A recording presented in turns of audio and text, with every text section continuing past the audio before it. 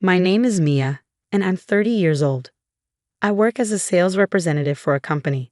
I have a 32-year-old husband, Jake, and 2 kids, a little boy named Max and a daughter named Lily. Jake works in an office and always comes home on time. He picks up the kids from daycare and does the housework at night. However, recently, things have been tense between Jake and me. I travel a lot for work, and Jake doesn't like it. When I come home, he complains, and we end up fighting. Our marriage has become a bit awkward because of this. One evening, after I came back from a business trip, Jake said to me, "You're late. What took you so long? You're probably busy, but I've been exhausted taking care of the kids." James suddenly got upset with me.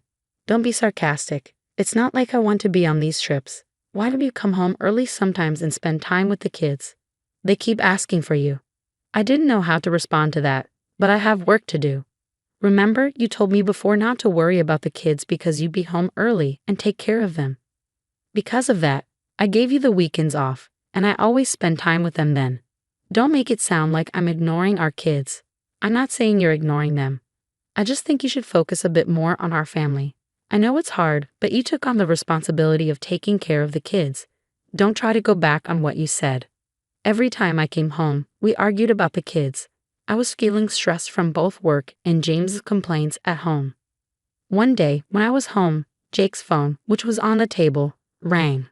I wondered who it was from. I checked and saw a message from a woman. "What's this? It doesn't seem like it's work." I didn't look at the message closely at the time. I thought it was from a friend and didn't think much of it. Little did I know, this would later become a huge issue. I regret not asking James about it, as my kids didn't have to go through the pain they ended up facing. Soon after, I had to leave for another business trip. This one was going to be long, 4 days and 3 nights. A meeting for a major project was scheduled at the client's headquarters. It was a great opportunity for me to grow my career. I had told Jake about it in advance, but our relationship had cooled off, so we weren't really talking much. Before I left, I told the kids, "I'm going to do my best at work. Mom, please play with us when you get back. We love you, Mom, because you always play with us after work." The kids were excited for me to come home. They are my top priority, and to be honest, Jake's income isn't enough to support us. I work hard for my kids, and that's what keeps me going. When I return, I'll definitely spend time with them.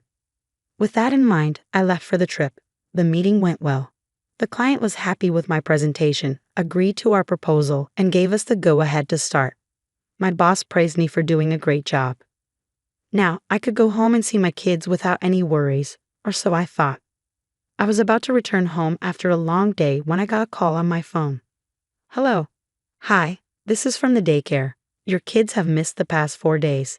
Is everything okay with them?" What? I tried calling James every day, but he just said they were fine and hung up. I got worried, so I decided to call you. That's odd. If something happened, like a fever, Jake would have called me, just like before. I immediately called Jake, but his phone was disconnected. I had a bad feeling. I rushed home. When I got home, I immediately noticed something strange. All the furniture was gone, and the house was empty. What? What is going on here? I went inside, looked around, and was shocked. To my horror, my kids were sleeping on the floor of an empty bedroom. You've got to be kidding me. I quickly woke them up. "Mom, you're home. I'm hungry." Max and Lily both hugged me tightly. "Where is Jake?" I took out my phone and called Jake, but no matter how many times I called, I couldn't get through. I kept calling, and finally he answered. "What?" I heard Jake's irritated voice. "What do you mean, what? What's going on? The house is empty, and the kids are left behind. Where are you?" "Oh, I'm in the new house with my girlfriend," James said flatly. It sounded like he was talking about the weather, like it was no big deal. Huh? I couldn't understand what Jake was saying. Girlfriend? A new house? He left the kids behind to be with her. What do you mean, girlfriend? Yeah, I've been seeing someone else, Jake sighed. I'm not coming back. I can't take care of the kids anymore. I took all the furniture, but I left the kids there.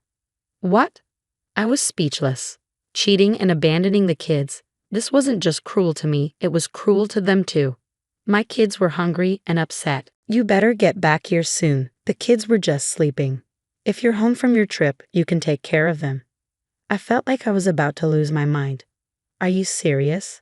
How could you say something so horrible after leaving small kids with no one to take care of them? I don't want to take care of them anymore. Goodbye. With that, Jake hung up. Later, Lily got a fever, so we took her to the hospital. I'm glad you came home early, I said. I see. I was relieved when the doctor checked her, but then the doctor asked me why Jake left the kids behind. There was no way I could tell the doctor that my husband had abandoned us to be with his girlfriend. I just gave a vague answer and left the hospital. I was so angry that I wanted to find a way to make Jake pay for what he did. I couldn't imagine living with him anymore, so I decided to talk to a lawyer to figure out my next steps. When a lawyer heard my story, he said, "That's awful. Leaving young kids alone like that. It's almost criminal." He raised his eyebrows and asked, "So, you don't know where James is?" "Right, it seems like he turned off his phone." "I see. First, we need to find out where he is. I'll ask a friend of mine to help us." The lawyer was really supportive, and I was grateful for his help. I took some time off from work to care for the kids and think things over while the detective worked on finding Jake. Jake had never been very involved with the kids, but I never imagined he'd treat them like this. No matter the excuse, leaving your kids behind like that is unforgivable. And on top of that, he was having an affair. When did he even meet his girlfriend? Was he seeing her while I was away on business trips and leaving the kids home alone? The thought made my blood boil, and I could never forgive him. He deserved to face the consequences for what he did. Jake didn't hide or run, so we quickly found out where he was. He was living in an apartment in a nearby town with the woman he was having an affair with. He commuted to work from there. His girlfriend worked as a bartender and had been married twice but had no children. On weekends, when James wasn't taking care of the kids, he would go to the bar to play darts and started spending more time there. He left the kids alone at home while I was on business trips and started his affair. His girlfriend was in debt and was using Jake for his money, not just for drinks, but for her living expenses too. I knew Jake wasn't the most thoughtful person, but I never expected it to go this far. I felt defeated and stared at the sky in despair. That evening, my lawyer and I went to the apartment. When we knocked, Jake answered. His girlfriend wasn't there, probably working for the night. "Oh, it's you," Jake glared at me. "What you did is a crime. Don't you realize that?" I said, cutting straight to the point. The lawyer explained the legal responsibility I had as a parent and what our options were, but Jake didn't seem to care. I know, Jake said, not looking bothered. But I couldn't take care of the kids anymore. I just wanted my freedom." Jake's words were pathetic and unacceptable. There are so many single dads out there raising multiple kids on their own. I take care of my kids on weekends, and what's so hard about looking after your own children for a few hours after work during a week? And if it's too much, how does that justify cheating and abandoning your family? It was just an excuse. Did you plan to just run away if something happened to the kids? Do you think life would just go on like that? Well, if you had stayed home and raised the kids, there wouldn't have been a problem, Jake said, blaming me. I was completely shocked by his response. "I'm not doing anything wrong," James said, still refusing to change his mind. I realized then he would never change. "I don't regret having the kids, but marrying you, Jake, was the biggest mistake of my life. Anyone who can treat a child's life like that isn't even human." "Call me whatever you want," he shrugged. "I have the right to live my life." Jake didn't have an ounce of guilt or remorse. I was disgusted by how he acted. Jake's parents were shocked by what their son had done, leaving the kids behind and running off with another woman. They came to me and apologized, getting down on their knees. I knew it wasn't their fault, but I accepted their apology. My own parents were furious, and of course, they had every right to be. Who wouldn't be angry after what Jake had done to their grandkids? But I decided to handle the situation myself and asked my parents to step back. After a long conversation with my lawyer, I decided to sue Jake and the woman he had been cheating with, hoping to bring criminal charges for neglecting the kids. During the early preparations, Jake refused to acknowledge the lawsuit. At the trial, he admitted to leaving the kids behind, but tried to argue that he didn't mean to put them in danger. I sat there stunned as I listened to him. How could I have let this happen? I started thinking back to when I first met Jake. In the beginning, he was kind and respectful of my opinions, even though he had his flaws. But after we got married and had kids, everything changed. I didn't realize that Jake didn't really like kids in the first place. The trial didn't last long, and I won the case. Then the police got involved and began investigating the situation. James was questioned and charged with child abandonment under protective custody. Since it was his first offense, the charges were dropped, but it still felt like a conviction. I took this chance to ask for a divorce. I knew I would never be with him again. Afterward, my parents, who had been worried about their grandkids, came to visit often. The kids loved seeing their grandparents, and that was the best thing for them. "That was such a hard time for you," my mom said, smiling with relief. "I'm so glad they're safe now." My dad was still furious and took every chance to lash out at Jake. I also filed a damages claim against Jake's girlfriend. But what could she do? She closed her bar and disappeared, and I've never heard from her since. I heard that Jake was fired from his job after everything and was now living alone in a rundown apartment. But honestly, it didn't matter to me anymore. This whole situation was shocking. I never imagined Jake would abandon the kids and run off with another woman. It taught me that life is unpredictable and you can't always foresee what's coming. As I reflected on everything, something unexpected happened that changed my life. As you might have guessed, I was proposed to again, this time by one of my colleagues from work. He had seen what I'd been through and had always been there for me. I was initially overwhelmed, but after talking to him, I started feeling at ease. Over time, I grew to like him more and more. I worked up the courage to ask him to be my boyfriend, and he accepted, even though he knew I had 2 kids. Unlike Jake, he loves and cares for the kids. They also grew to like him, and he quickly became a part of our family. We got married a little while later, and a few years after that. I asked my kids what they remembered about Jake. They both vaguely remembered him, but told me the most striking thing they recalled was how he ignored them, even when they were hungry and needed him. It's amazing how kids remember the most shocking or traumatic things, especially how they felt at the time. For them, that was a painful experience. We have a responsibility to raise our children with care and love. As I watched my kids play with their new dad at the park, I thought about the future that lay ahead. I'm Elizabeth, though most people call me Liz or Lizzie. A few call me Betty, but I've never liked that one much. I grew up in what you'd call an ordinary family: mom, dad, and my older sister, Kate. Kate's 7 years older than me, which made a big difference. From as early as I can remember, our house was practically a shrine to Kate. Every wall was covered with photos of her first smile, her first steps, or her scribbled masterpieces that mom and dad treated like fine art. I was there too, but just kind of there. I got used to it, wearing Kate's hand-me-downs, playing with her old toys. It wasn't ideal, but I didn't know anything else. I learned to stay quiet and go with the flow. As time went on, the pattern held steady. Kate got new clothes. I got her old ones. She received the latest toys. I played with what she'd outgrown. But I never complained. I just existed. When I reached high school, Kate had already moved out for college on a scholarship. I thought maybe, with her gone, my parents would notice me more. But no, it was still all about Kate, her college adventures, her new boyfriend, her bright future. Then one Sunday she burst in, grinning from ear to ear. "Mom, Dad, I'm getting married," she announced, as if she'd just won an award. Mom burst into tears of joy, and Dad whooped with excitement. I just sat there, wondering if anyone realized I was in the room. Kate turned to me, her eyes sparkling. "Lizzie, you'll be my bridesmaid, right?" I forced a smile and nodded. "Sure, Kate, congratulations." As everyone hugged and laughed, I slipped out of the room. No one noticed. They never did. Kate's wedding turned into a huge production. One night, I overheard Mom and Dad whispering in the kitchen. "We'll have to take out a loan," Dad said, sounding worn. I know, Mom sighed, but it's Kate's big day. We can't let her down.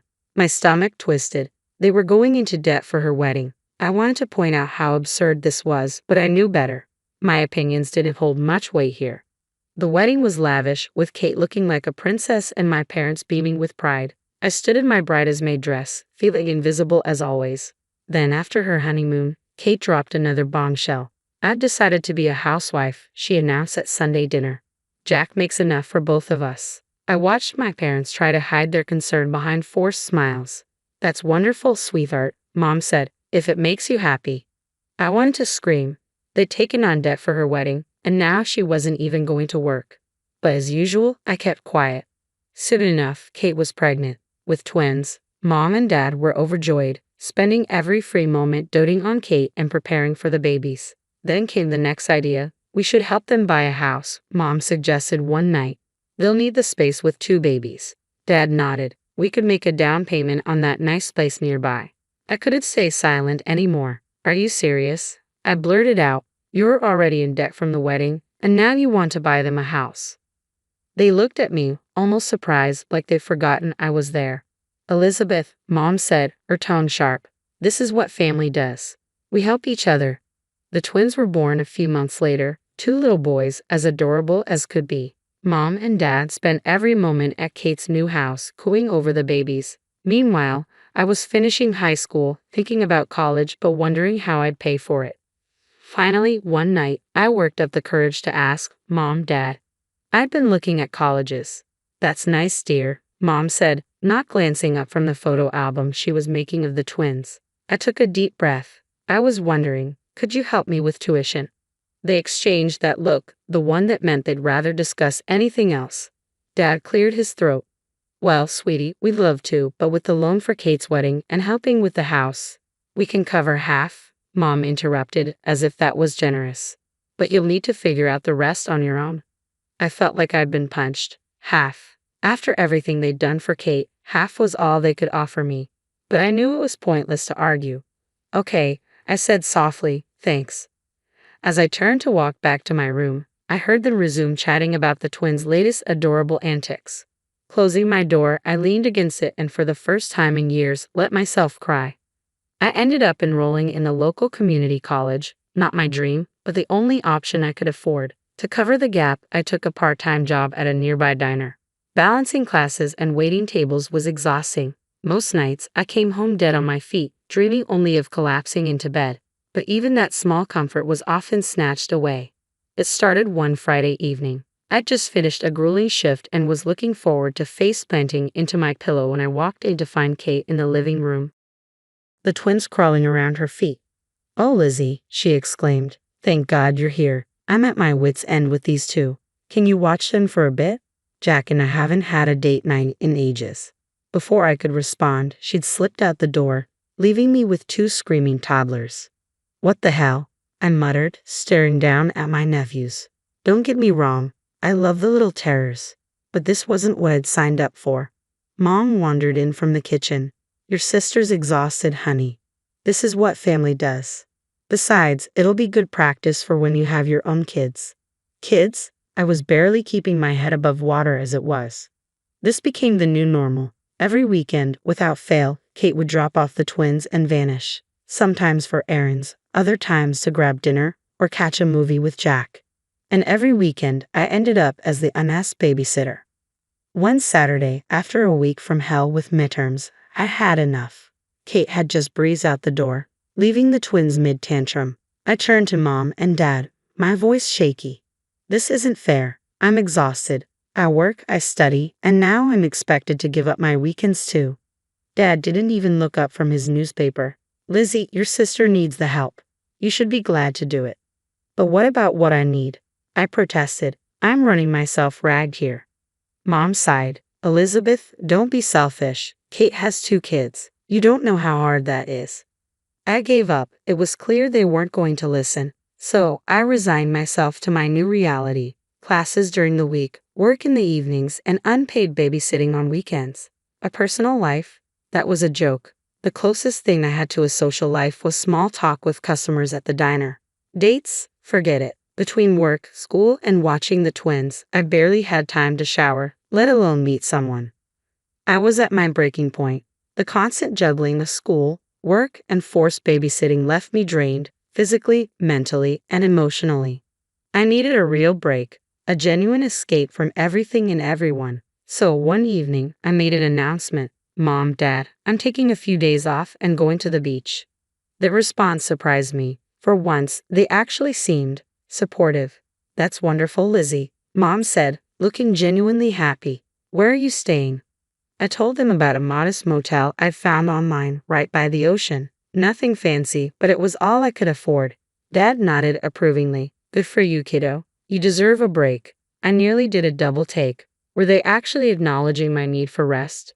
The day finally arrived. I packed my bag, hopped on a bus, and felt the weight lifting from my shoulders with every mile that passed. When I arrived at the coast, I could hardly believe my luck. The motel was small and a bit rundown, but the view of the ocean was breathtaking. I dropped my bag in the room and headed straight for the beach, inhaling the salty air. For the first time in months, I felt like I could truly breathe. I treated myself to lunch at a little seaside cafe, savoring each bite. No screaming kids, no assignments, no customers. Just me, my thoughts, and the calming sound of the waves. As the sun began to set, I returned to the motel, ready for a night of peaceful solitude. But as I approached my room, I heard familiar voices. "Surprise, Lizzie." I froze. There, outside the room next to mine, were Mom and Kate, with the twins running in circles around them. What are you doing here?" I stammered, my heart sinking. "We couldn't let you be all alone on vacation," Mom chirped. "We thought we'd surprise you. We're right next door." They'd booked one of the nicer rooms, I noticed, while I was in the budget option. Before I could fully process what was happening, Kate was already pushing the twins toward me. "The boys have been dying to see the ocean. You don't mind watching them for a bit, do you?" "I want to take a walk on the beach. And I need to run to the store," Mom added. "We'll be back soon." Just like that, they disappeared, leaving me with two hyperactive 3-year-olds tugging at my hands. What followed was nothing short of chaos. The twins tore through my tiny room like miniature tornadoes, ripping curtains, breaking glasses, and somehow managing to clog the toilet with apples. I ended up shelling out money I didn't have for repairs and to call a plumber. By the end of the weekend, I was more exhausted than ever.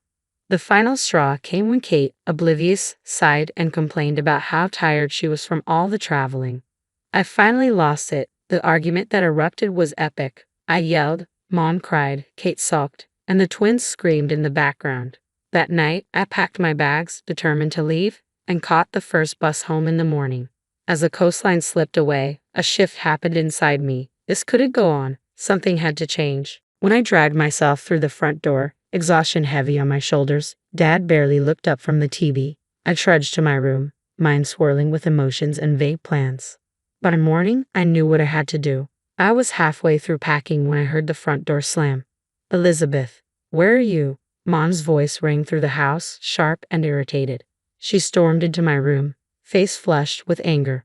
"I can't believe you just left us there. Do you know how hard it was to manage the twins on our own?" I got back the urge to remind her that I'd been managing the twins alone countless times before. Instead, I just kept packing. Mom's eyes narrowed. "What are you doing?" "I'm leaving," I replied, voice steady. "I'm moving out. I need my own life." Their reactions were swift and predictable. "How could you be so selfish?" Mom cried. "After everything we've done for you." Dad's face went red. "You ungrateful girl. Have you thought about your sister? Who's going to help her with the twins?" Something snapped inside me. My sister. What about me? When has anyone in this family ever thought about what I need? Mom gasped, and I continued. "Kate has a husband. Let him help with the kids. I need to focus on my own life." Dad glared. "If you walk out that door, don't expect us to keep paying for your college. You'll be on your own." I looked at them, these people who were supposed to love and support me, and realized they were strangers. "Fine," I said, zipping up my suitcase. "I'd rather be on my own than live like this. No life of my own, just constant demands and screaming kids. I'm done." I pushed past them, dragging my suitcase downstairs. They followed, shouting, but I tuned them out. As I reached the door, Mom made one last attempt. "If you leave now, don't bother coming back." I paused, my hand on the doorknob, then opened the door without looking back. The next few weeks were a blur. I crashed on a friend's couch while searching for a more permanent place. Eventually, I connected with a girl from my study group who needed a roommate. We found a tiny apartment we could just barely afford between the two of us. With my parents cutting me off, I picked up more shifts at the diner, working almost full-time on top of my classes. There were nights I thought I wouldn't make it, when exhaustion was so overwhelming I could barely think. But for the first time, I felt free. No one made demands on my time. No one guilted me into babysitting or expected me to put their needs before my own. The apartment was small, my bed just a mattress on the floor, but it was mine. I threw myself into my studies with a determination I didn't know I had. Every all-nighter, every extra shift, every missed event, it was all for my future. 2 years flew by, and on graduation day, I sat in the auditorium, scanning the crowd. A small part of me hoped to see a familiar face, Mom, Dad, even Kate, but the seats I reserved remained empty. Life after college felt like stepping into a whole new world. I landed a job at a marketing firm, and for the first time in years I had a steady income that wasn't just scraping by. I rented my own apartment, nothing fancy, but all mine, no roommates, no family drama, just peace and quiet, and it was glorious. I started doing all the things I'd missed. Going on dates, making new friends, even having a few short-lived relationships. It was fun to be young and carefree for once. My parents and I kept in touch, barely. We talked maybe once a month, stilted conversations filled with awkward silences and thinly veiled disapproval. They were still sore about me moving out, and I wasn't in a rush to mend fences. Then came my 25th birthday. I had plans with friends, dinner and drinks, nothing wild. But a week before, Mom called. "Elizabeth," she said, her voice oddly cheerful, "we want you to come over for your birthday.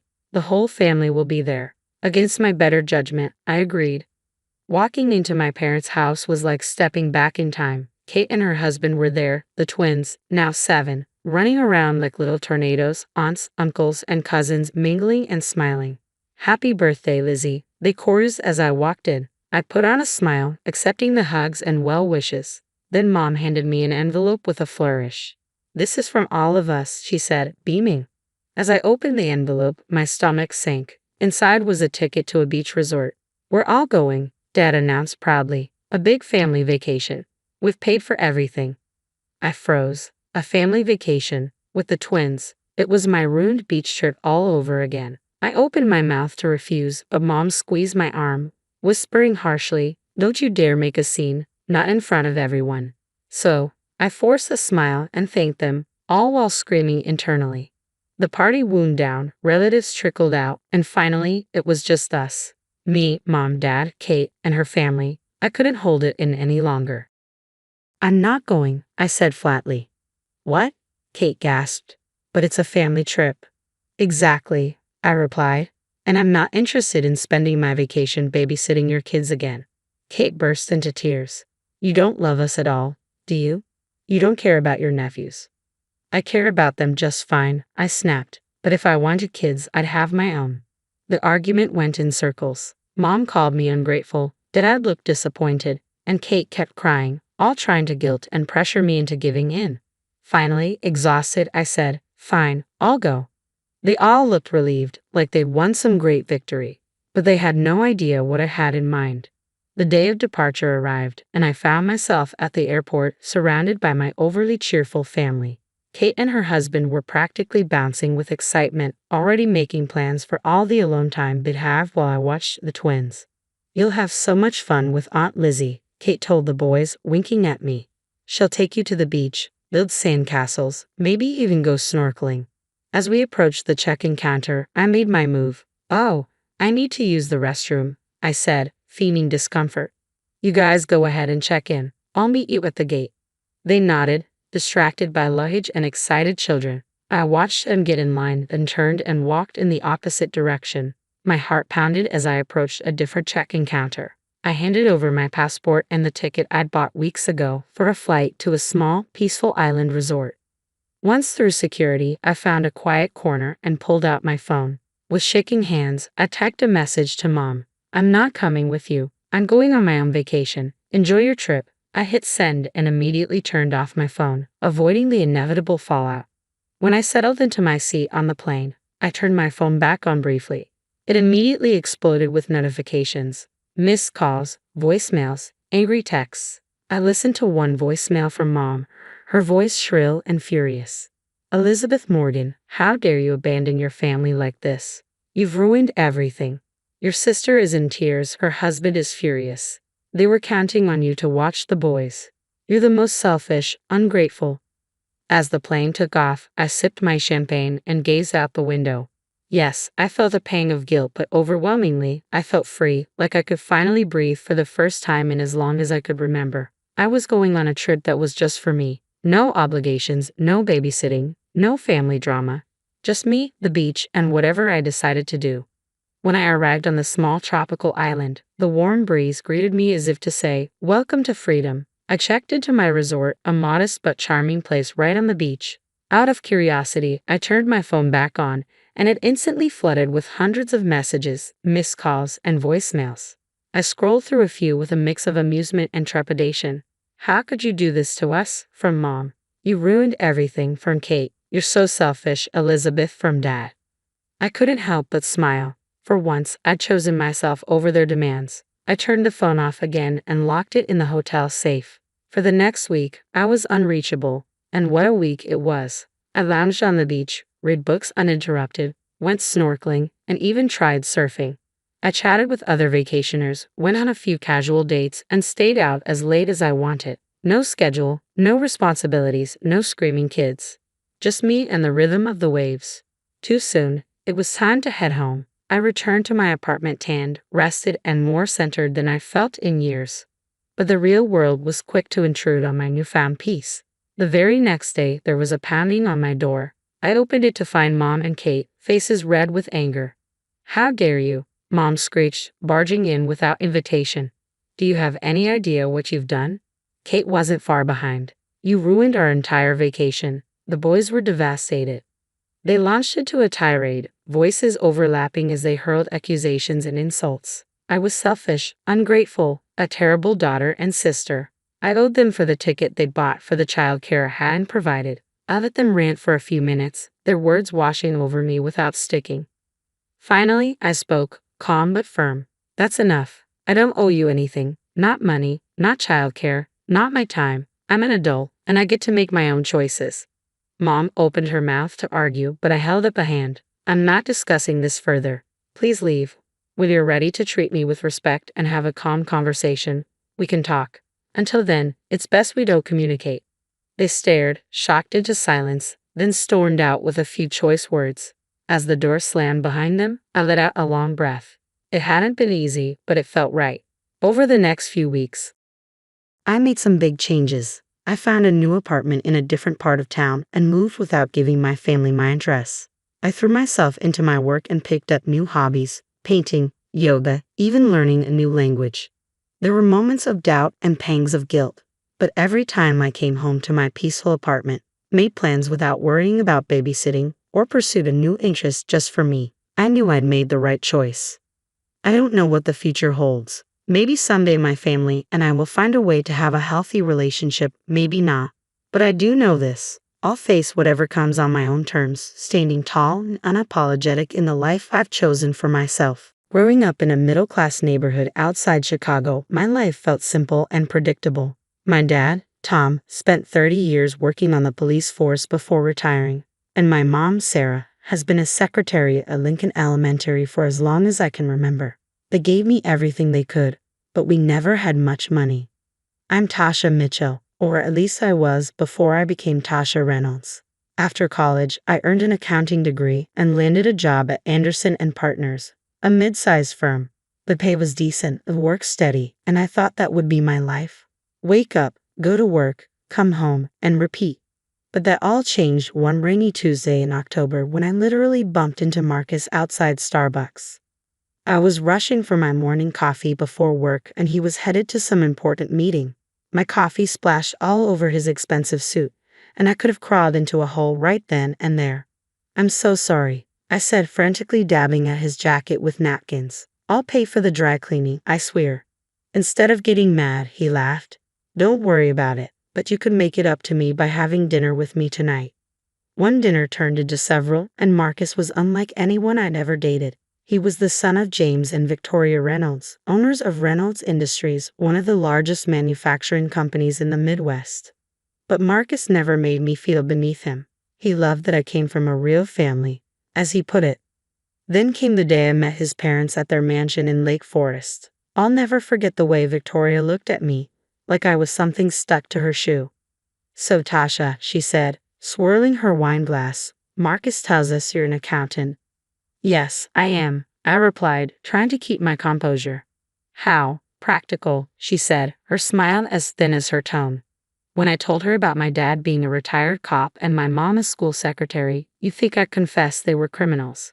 James barely spoke to me during dinner, only addressing Marcus about work. 3 months later, when Marcus proposed, I said yes without hesitation, convinced I could win over his parents with time. I thought love would be enough.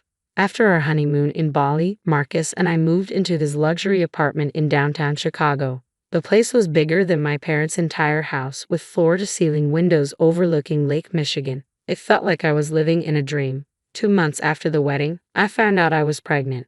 Marcus was over the moon, spinning me around our enormous living room when I told him. Even Victoria and James softened a bit. Though Victoria couldn't help but remark, "Well, at least the child will have good breeding on one side." Our son, James Jr., or JJ as we called him, was born on a snowy December morning. The moment I held him, nothing else mattered. Not Victoria's constant criticisms, not the whispers at Reynolds Industries about the accountant who married the boss's son. JJ was perfect. The first 2 years of parenthood were good. Marcus was a natural with JJ, coming home early to play with him, reading him bedtime stories, and taking us both to the park on weekends. Marcus thrived as the financial director at Reynolds, and I worked part-time from home as an accountant while taking care of JJ in our home. Victoria and James might not have liked me, but they showered their grandson with expensive gifts and insisted on regular visits. But something shifted around Jay's 3rd birthday. Marcus began coming home later and later, always with the same excuse: "Big project at work, honey. You wouldn't understand."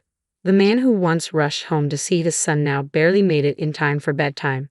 Then came that Thursday when Victoria showed up unannounced at our apartment, her air scarf perfectly arranged despite the wind. "Would you care to explain," she said, walking in without waiting for an invitation, "why you weren't at the company's annual gala last night?" Confused, I stared at her. "What gala?" "Don't play dumb, Tasha," she said, her eyes narrowing.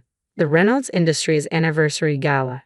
Every executive and their wife was there, except you." My stomach sank. I didn't know about any gala. Victoria's eyes narrowed further. "Marcus said you weren't feeling well." "Are you telling me my son lied?" she asked, her voice growing sharp. That night, I waited up until Marcus came home at 11:30 p.m. He loosened his tie as he walked in, stopping short when he saw me sitting in the dark living room. "Why didn't you tell me about the gala?" I asked quietly.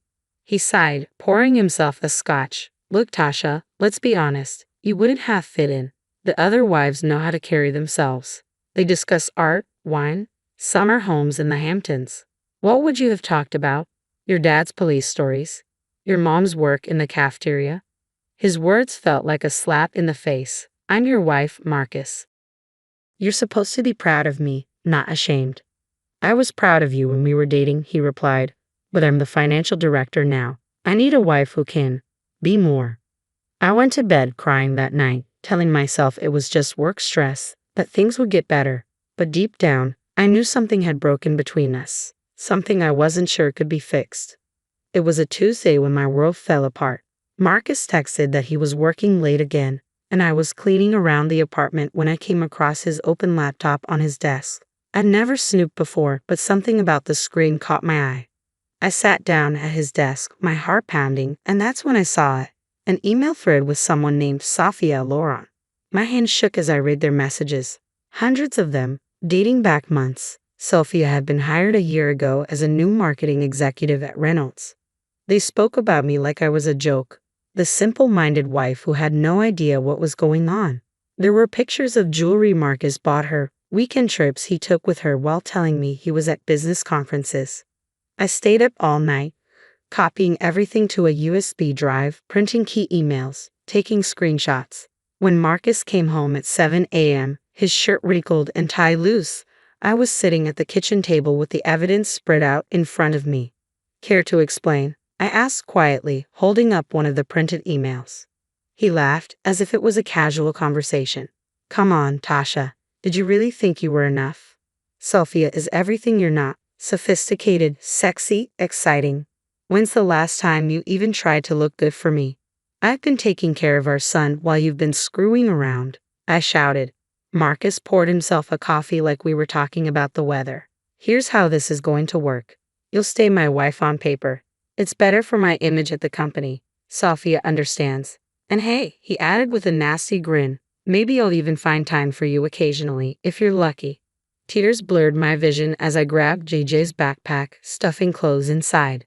JJ was still asleep, clutching his favorite teddy bear. I gently woke him. "Baby, we're going to visit Grandma and Grandpa for a while, okay?" Marcus leaned against the doorframe, watching us. You'll be back. Where else could you possibly go? I walked past him, taking my son and my purse, along with the USB drive, and didn't say another word. By the time we reached my parents' house, I was a mess. Mom opened the door in her bathrobe, took one look at my face, and pulled me into a hug. 3 days later, the divorce papers arrived. Victoria Reynolds personally delivered them, wearing the smug smirk. I always knew you weren't good enough for my son, she said, handing me the envelope. I'm just glad he finally realized it too. But the worst was yet to come. Marcus wasn't just filing for divorce, he was suing for full custody of JJ. His lawyer filed papers claiming, during the first hearing, Marcus's lawyer painted a picture of me that was far from the truth. Mrs. Reynolds has exhibited increasingly erratic behavior over the past year, he argued. She drinks excessively, creates unwarranted scenes of jealousy, and has become unstable. Fortunately, I had been smart enough to gather evidence. When my lawyer presented the email exchanges between Marcus and Sophia, revealing his affair and cruel remarks about me, the judge's demeanor shifted. The timestamps on those emails proved I wasn't the one causing drama. I hadn't even known about the affair until I discovered those messages. The judge turned to Marcus. Mr. Reynolds, you claim your wife is unstable, yet these emails show you were the one deceiving and gaslighting her. Marcus shifted uncomfortably in his expensive suit as the judge awarded me primary custody of JJ, with Marcus receiving visitation every other weekend and a substantial child support obligation. I returned to my full-time job at the accounting firm, while my parents, without a second thought, stepped in to help care for JJ during their retirement. They were amazing, never once complaining as they embraced their new role as full-time grandparents.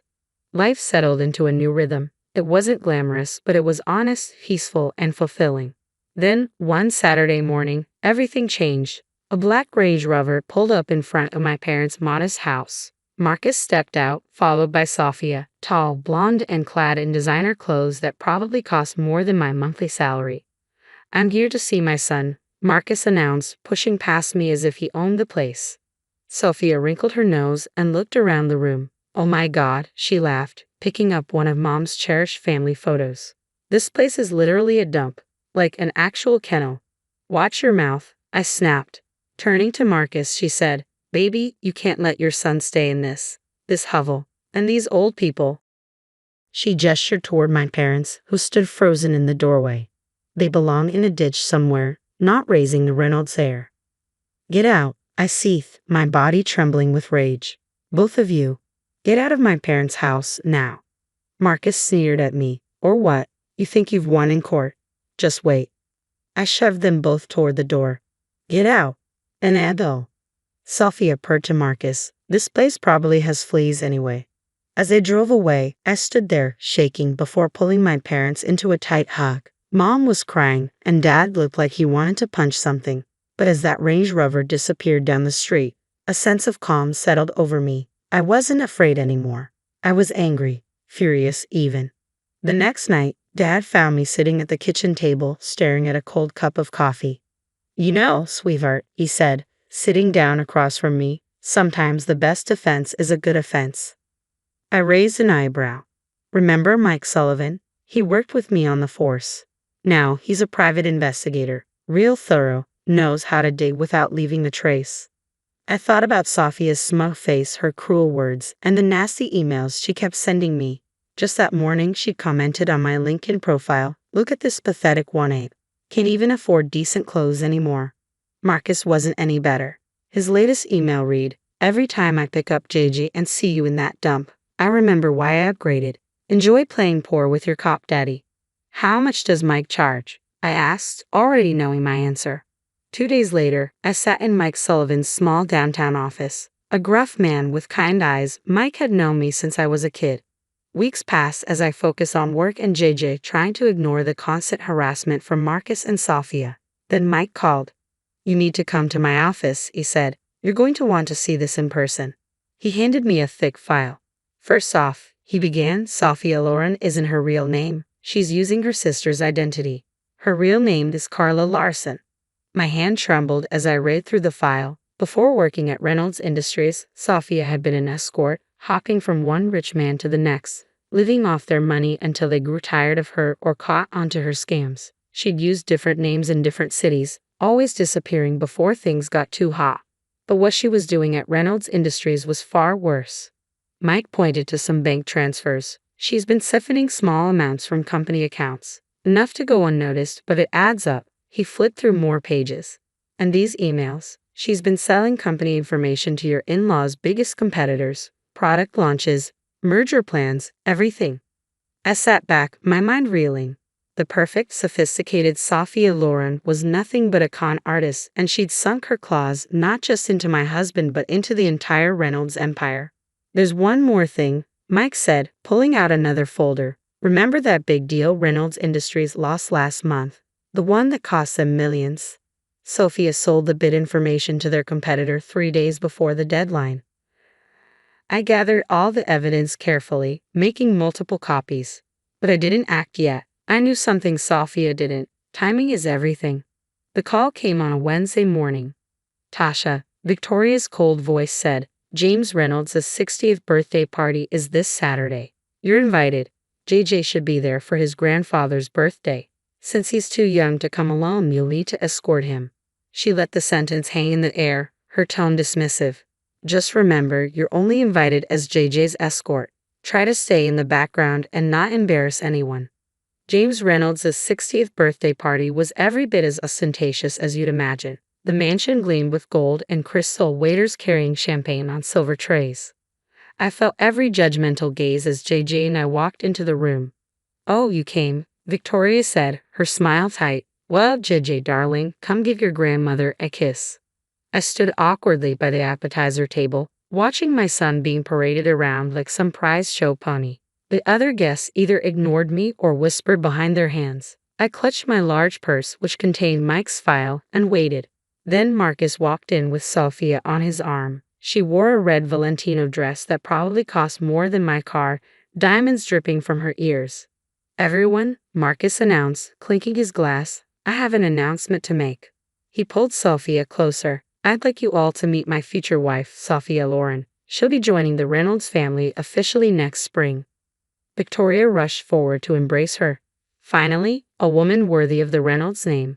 Harvard-educated, from a wonderful family, unlike some people, James added, shooting a look at me. Sophia beamed under their attention. I just feel so blessed to be joining such an esteemed family, and I promise to be the kind of wife Marcus truly deserves. That was my cue. I stood up, hands steady as I pulled out the file. Speaking of what people deserve, I said loudly, I have a few things to share about the future Mrs. Reynolds. Tasha, don't make a scene, Marcus warned. I ignored him, pulling out the first document. Tell me, Sophia, or should I say Carla Larson, how's your sister feeling about you stealing her identity? The color drained from Sophia's face. What is she talking about? Victoria demanded. Oh, did she not mention that she's been living under her sister's ID? I asked, my voice steady. The real Sophia Loren is a school teacher in Minnesota. This woman, I pointed at her, is Carla Larson, former escort and con artist. Sophia shrieked, she's lying. But I was already laying out the evidence, photos, bank statements, police reports. And here's my personal favorite, I said, pulling out more documents. Bank transfers showing how she's been stealing from Reynolds Industries. And look at these emails. She's been selling your company's secrets to Wagner Manufacturing and Collins Corp for months. James Reynolds snatched the papers from my hands. The Wagner deal. The Collins merger. It was you? I can explain, Sophia stammered, backing away from Marcus's thunderous face. The real Carla Larson, I said, savoring the moment, has quite a history. 7 different cities, 7 different wealthy men, 7 different scams. Looks like Reynolds Industries was going to be number 8. The room went deadly quiet as they read through the evidence. Marcus's confusion, Victoria's horror, James's growing rage, and Sophia, her perfect mask cracking as her house of cards came tumbling down. The elegant birthday party dissolved into chaos in minutes. James Reynolds' face turned an alarming shade of purple as he read the documents. Get out, he roared at Sophia, who was still trying to stammer out excuses. Get out of my house before I have you arrested right here. James, darling, she attempted, reaching for his arm. These are all lies. I can explain everything. Explain? He shook the documents at her. Explain how you cost us the Wagner deal. That contract was worth $20 million. And Collins, they were our biggest competitor. And you've been feeding them everything. Victoria, who had been quietly reading through the escort service records, looked up, venom in her eyes. You common prostitute, she hissed. You thought you could con your way into our family. Sophia backed toward the door, her designer heels clicking sharply on the marble floor. Marcus, baby, tell them. But Marcus looked like he might be sick, staring at photos of Sophia or Sophie with various wealthy men over the years. If you're not off my property in 30 seconds, James said, his voice deadly quiet, I'm calling the police. And trust me, you'll be seeing plenty of our lawyers either way. After Sophia fled, James turned to his son, his voice low with fury. You brought this woman into our company, he said. Gave her access to confidential information, all because what? She was pretty. Had nice legs? Dad, I didn't know. You didn't know. Didn't check. Just thought with your... He glanced at JJ and modified his language. With everything except your brain, you're fired, Marcus. Clear out your office by tomorrow. But Dad, and that apartment you're living in? Company property. Find somewhere else to live. Victoria, who had been uncharacteristically quiet, suddenly turned to me. Tasha, she said, and for the first time ever, her voice held genuine emotion. We owe you an apology, a significant one. You saved our company from God knows how much damage. James nodded solemnly. We were wrong about you. Very wrong. You've proven yourself more worthy of the Reynolds name than others. 3 days later, Sophia was arrested at O'Hare, trying to board a flight to the Cayman Islands. The evidence I gathered, combined with what Reynolds Industries lawyers uncovered, was overwhelming. She was facing serious fraud charges and massive fines. Marcus, I heard, was staying at a friend's condo while he looked for a new job. No other financial firms were eager to hire a man who'd been fired for such catastrophic negligence. It's been 6 months since James Reynolds' birthday party changed everything. I'm sitting in my new apartment. It's not as luxurious as the one I shared with Marcus, but it's perfect for JJ and me. The Reynolds family gave it to me as a token of appreciation for saving their company. The least we could do, James had said, handing me the keys. After everything, well, you understand. The apartment is in a nice neighborhood, close to good schools. Jay's room is decorated with superhero posters, and my little home office overlooks a park. It's not a penthouse with lake views, but it feels like home in a way the luxury apartment never did. Marcus moved to California last month. He calls JJ every Sunday at 7:00 p.m., like clockwork. Their conversations are short. JJ is still too young to talk long on the phone, but at least he's trying to be a father, even from a distance. He never asks to speak to me, and that's fine. Some bridges stay burned. The biggest change has been with the Reynolds family. Victoria stops by at least once a week, usually bearing gifts for JJ and surprisingly for me too. Last week, she brought a beautiful orchid for my windowsill. The real shock came when Victoria and James invited my parents over for dinner. I was nervous. The last time they'd all been in the same room was at my wedding, where the class divide had been palpable. But something had shifted. I watched in amazement as James asked Dad about his years on the force, genuinely interested in his stories. Victoria and Mom talked about gardening, exchanging tips on growing roses. Sarah, Victoria said to my mom at the end of the evening, you and Tom raised a remarkable daughter. I'm sorry we didn't see it sooner. We always knew what Tasha was capable of.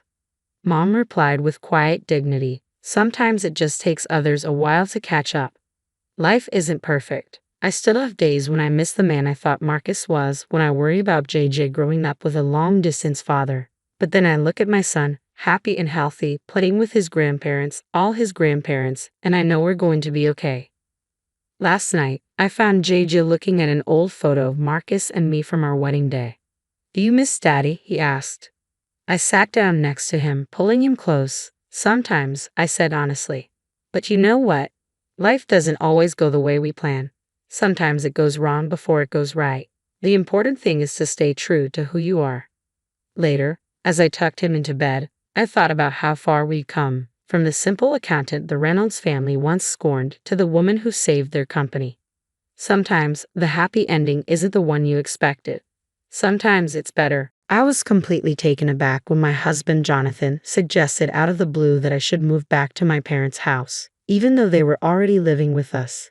His sudden declaration left me speechless. He seemed to think he was being perfectly logical, though, and with a blunt tone, he asked, "Do you have a problem with that? Don't argue with me. I'm fine with divorcing you if you do." His behavior had grown cold and distant recently, and I'd been wrestling with my own frustrations. I had even considered the possibility of divorce, but I never imagined he'd be the one to force me out of our home. After all, I was the one covering our $3,200 monthly expenses. Did he even recognize that? As I stood there in disbelief, he grew more agitated and demanded, "Leave this house now. My parents won't feel comfortable with you here." I couldn't understand why I was suddenly the one who had to go, but in that moment, I agreed. "Fine, I'll take all my things with me," I replied. He seemed satisfied with my compliance and, without another word, said, "Then do it," before walking away. Without hesitation, I contacted a store to sell my belongings. "My name is Betty, and I live with Jonathan, who's 3 years older than me." We met through mutual friends, and what started as a casual introduction turned into an entire day spent together. Jonathan had shared his dream of becoming a voiceover artist, and I was drawn to his deep, soothing voice. I've always been fond of such tones. He must have felt the same connection because we exchanged numbers and began planning more outings. Before long, we were in a relationship without ever formally discussing it. At the time, I had just graduated from college and started my career. Dating someone with more life experience like Jonathan felt exciting. My friend Laura voiced concerns about our age difference, but I brushed it off. "It's only 3 years," I told her, and I genuinely liked Jonathan. Feeling confident in his affection for me, Laura eventually came around, trusting my judgment.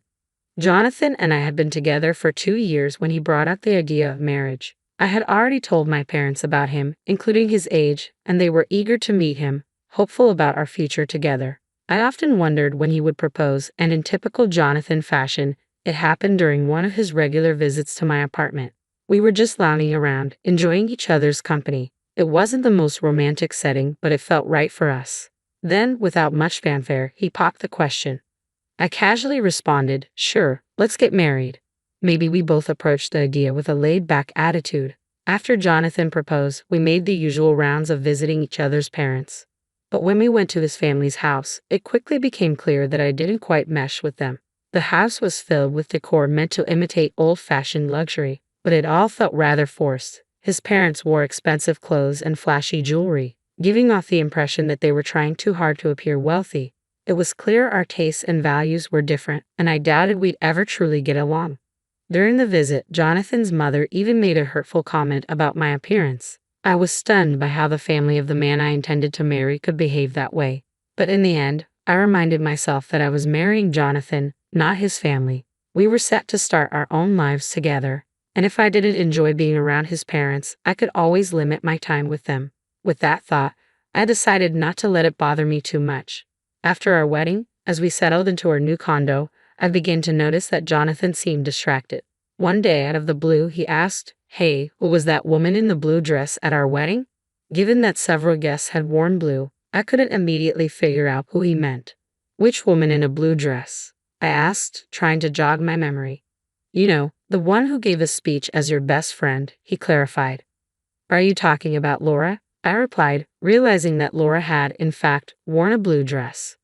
"Yes, that's her," Jonathan said, though his tone carried a hint of unease. I was puzzled. "What's wrong with Laura?" I asked, sensing something off. "Oh, it's nothing," he said, brushing it off. "Just something I noticed the other day. I thought I saw someone who looked like her on my way to work," Jonathan said, his expression a bit unsettled. "It reminded me she was your best friend who spoke at our wedding."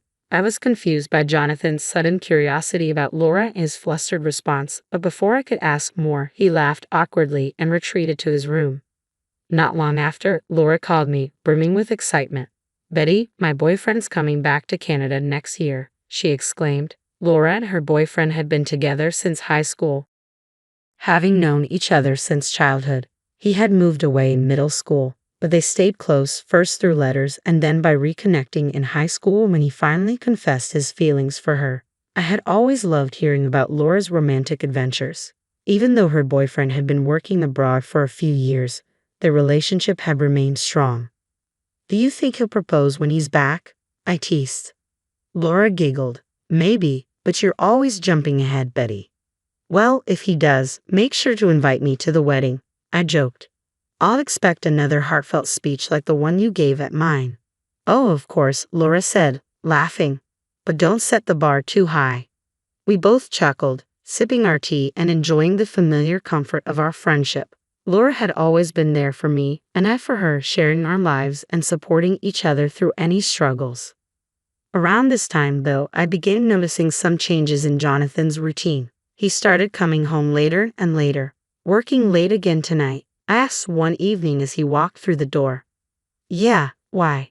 Do you think I shouldn't work? He snapped, a defensive edge in his voice. Jonathan had never let go of his dream of becoming a voiceover artist, and while I admired his dedication, it was starting to take its toll. He juggled several part-time jobs to pay for his voice artist training, but all his earnings went straight to that, leaving me to cover all of our living expenses. Saving money together felt impossible, and the strain was becoming more obvious with each passing day. As his hours at his part-time job grew longer, my concern deepened. Hey, haven't you been working too much lately? I asked, trying to sound supportive. They shouldn't be making you do so much overtime, especially for a part-time job. He brushed me off, unwilling to discuss it, but deep down, I knew his relentless pursuit of his dream was starting to create a rift between us, both financially and emotionally. One day, I finally spoke up. I told you, I'm worried. I'm fine. More money is always better. Just keep your opinions to yourself. Jonathan snapped back, his tone colder than ever. By that point, he had grown distant, barely acknowledging me, and had stopped using my name altogether. He only referred to me as you when we spoke, and I had hoped that marriage would bring more warmth, more connection between us. Instead, his words had turned sharp and dismissive. The gentle, soothing voice I had fallen in love with had become rough and harsh. Jonathan had also been drinking more, and his voice even sounded hoarse at times, a concerning issue for someone aspiring to be a voiceover artist. Yet he showed no interest in discussing his health or making any changes. Conversations with him became rare, and eventually, he started avoiding me completely, even when we were in the same room. Amidst all of this, Laura called me, saying she had something important to discuss. I was eager to meet up, desperate for a break from the tension at home. We decided to meet at a cafe, and when we arrived, Laura carefully chose a booth with a clear view of the counter and staff. You picked this spot on purpose? I asked, noticing her cautious demeanor. Yes, she replied, her expression serious. I want a place where the staff can see if there's someone suspicious around. A suspicious person? Is that what you wanted to talk about? I asked, growing concerned. Laura nodded, her face tight with worry. She explained that ever since she left her job a month ago, she had felt like someone was following her. Lately, she even sensed she was being watched on her days off. The reason she picked that particular booth was because she feared the person might try to eavesdrop on our conversation. Have you gone to the police? I asked. I did, but since there's been no direct contact, they said there isn't much they can do, she sighed. What about your boyfriend? Isn't he coming back next month? Maybe he can help, I suggested, hoping she had someone nearby for support. I'm planning to talk to him, but I wanted to talk to you first. You're closer, she explained, her voice tinged with unease. The weight of Laura's words hung in the air, and as we sat there, I realized that both of us were caught in unsettling situations. Her with a potential stalker, and me with a marriage that seemed to be unraveling before my eyes. I understood Laura's need for immediate support. She hadn't gotten a clear look at her stalker, making the situation even more frightening.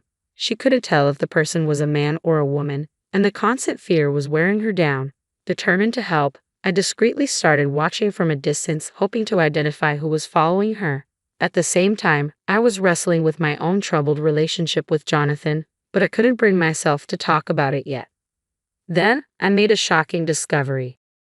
The person shadowing Laura was none other than my husband, Jonathan. He had always claimed to be working late, but I noticed that after his shifts, he would linger near Laura's workplace and follow her when she left. Seeing him do this was beyond unsettling. The man responsible for my best friend's fear was my own husband. Jonathan's behavior completely shattered my perception of him. The man I had once loved, the one I thought I knew, now seemed like a stranger.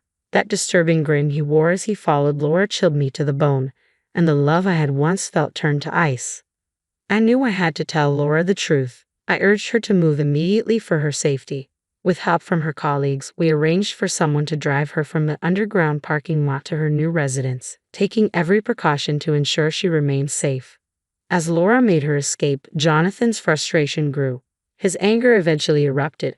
"My parents are going to live here, so you need to go back to your parents' house," he demanded one day, completely out of the blue. I was shocked by the sudden and unreasonable ultimatum. "If you have a problem with that, then I'm fine with divorcing you," he spat, losing his temper.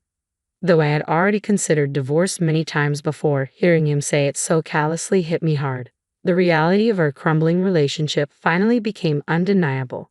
I couldn't believe Jonathan thought he could just kick me out of the home I was paying for $3,200 a month, every single month. Did he even remember that? I gave him a skeptical look, but he just snapped, "Just leave already. My parents can't move in if you're still here." His words didn't make any sense. "Why do I have to leave? I don't understand," I said, trying to keep my frustration in check. "Okay, I'll take everything I bought with me," I replied calmly, despite the whirlwind of emotions inside me. Jonathan, impatient, waved me off. "Hurry up, then," he muttered as he walked away. Wasting no time, I contacted a local buyback service. The next day, they arrived at our apartment. Jonathan watched with a smirk, thinking I was just packing up to leave. His smugness quickly evaporated when the workers began evaluating all our furniture and appliances, everything except for the items in his room. Once the staff finished, they handed me a quote. "The total value is $299,000, the worker said. "Okay, sell it all," I replied without hesitation. Jonathan's shock was instant. He grabbed my arm, his voice panicked. "Why are you selling everything? My parents are going to live here. How can they without any furniture?" I pulled my arm free and looked him dead in the eye. "What do you mean? When we got married, you told me you were broke because of your acting classes. You asked me to handle the rent, the furniture, and all our living expenses. Now, with your parents moving in, you can cover the $3,200 a month yourself, right?" Jonathan went pale as reality hit him. Desperate to save face, he tried to regain his composure. "You think talking about money will stop the divorce? Who do you think you are?" he sneered. "I've already gotten close to a rich lady," he added, striking a ridiculous pose. His words made my blood boil, but I stayed calm, remembering how Jonathan had been stalking Laura recently. If that was his idea of getting close, his perception of relationships was more twisted than I thought. Laura, who came from a wealthy family, her grandfather a successful businessman, and her father his successor, never flaunted her money. She lived just like the rest of us, modest and down to earth. Jonathan, however, must have found out about Laura's background and saw her as a ticket to the life he wanted. It infuriated me that he thought wealth made someone more desirable, but I knew the truth. Laura would never be interested in him. She had been with her high school boyfriend for years, and he was returning soon with plans to marry her. Jonathan's delusions would crumble soon enough, and I wasn't going to be around to witness the fallout. When I mentioned that Laura felt uneasy because someone had been stalking her, Jonathan was taken aback. He was shocked to hear that Laura found him creepy and that they weren't as close as he believed.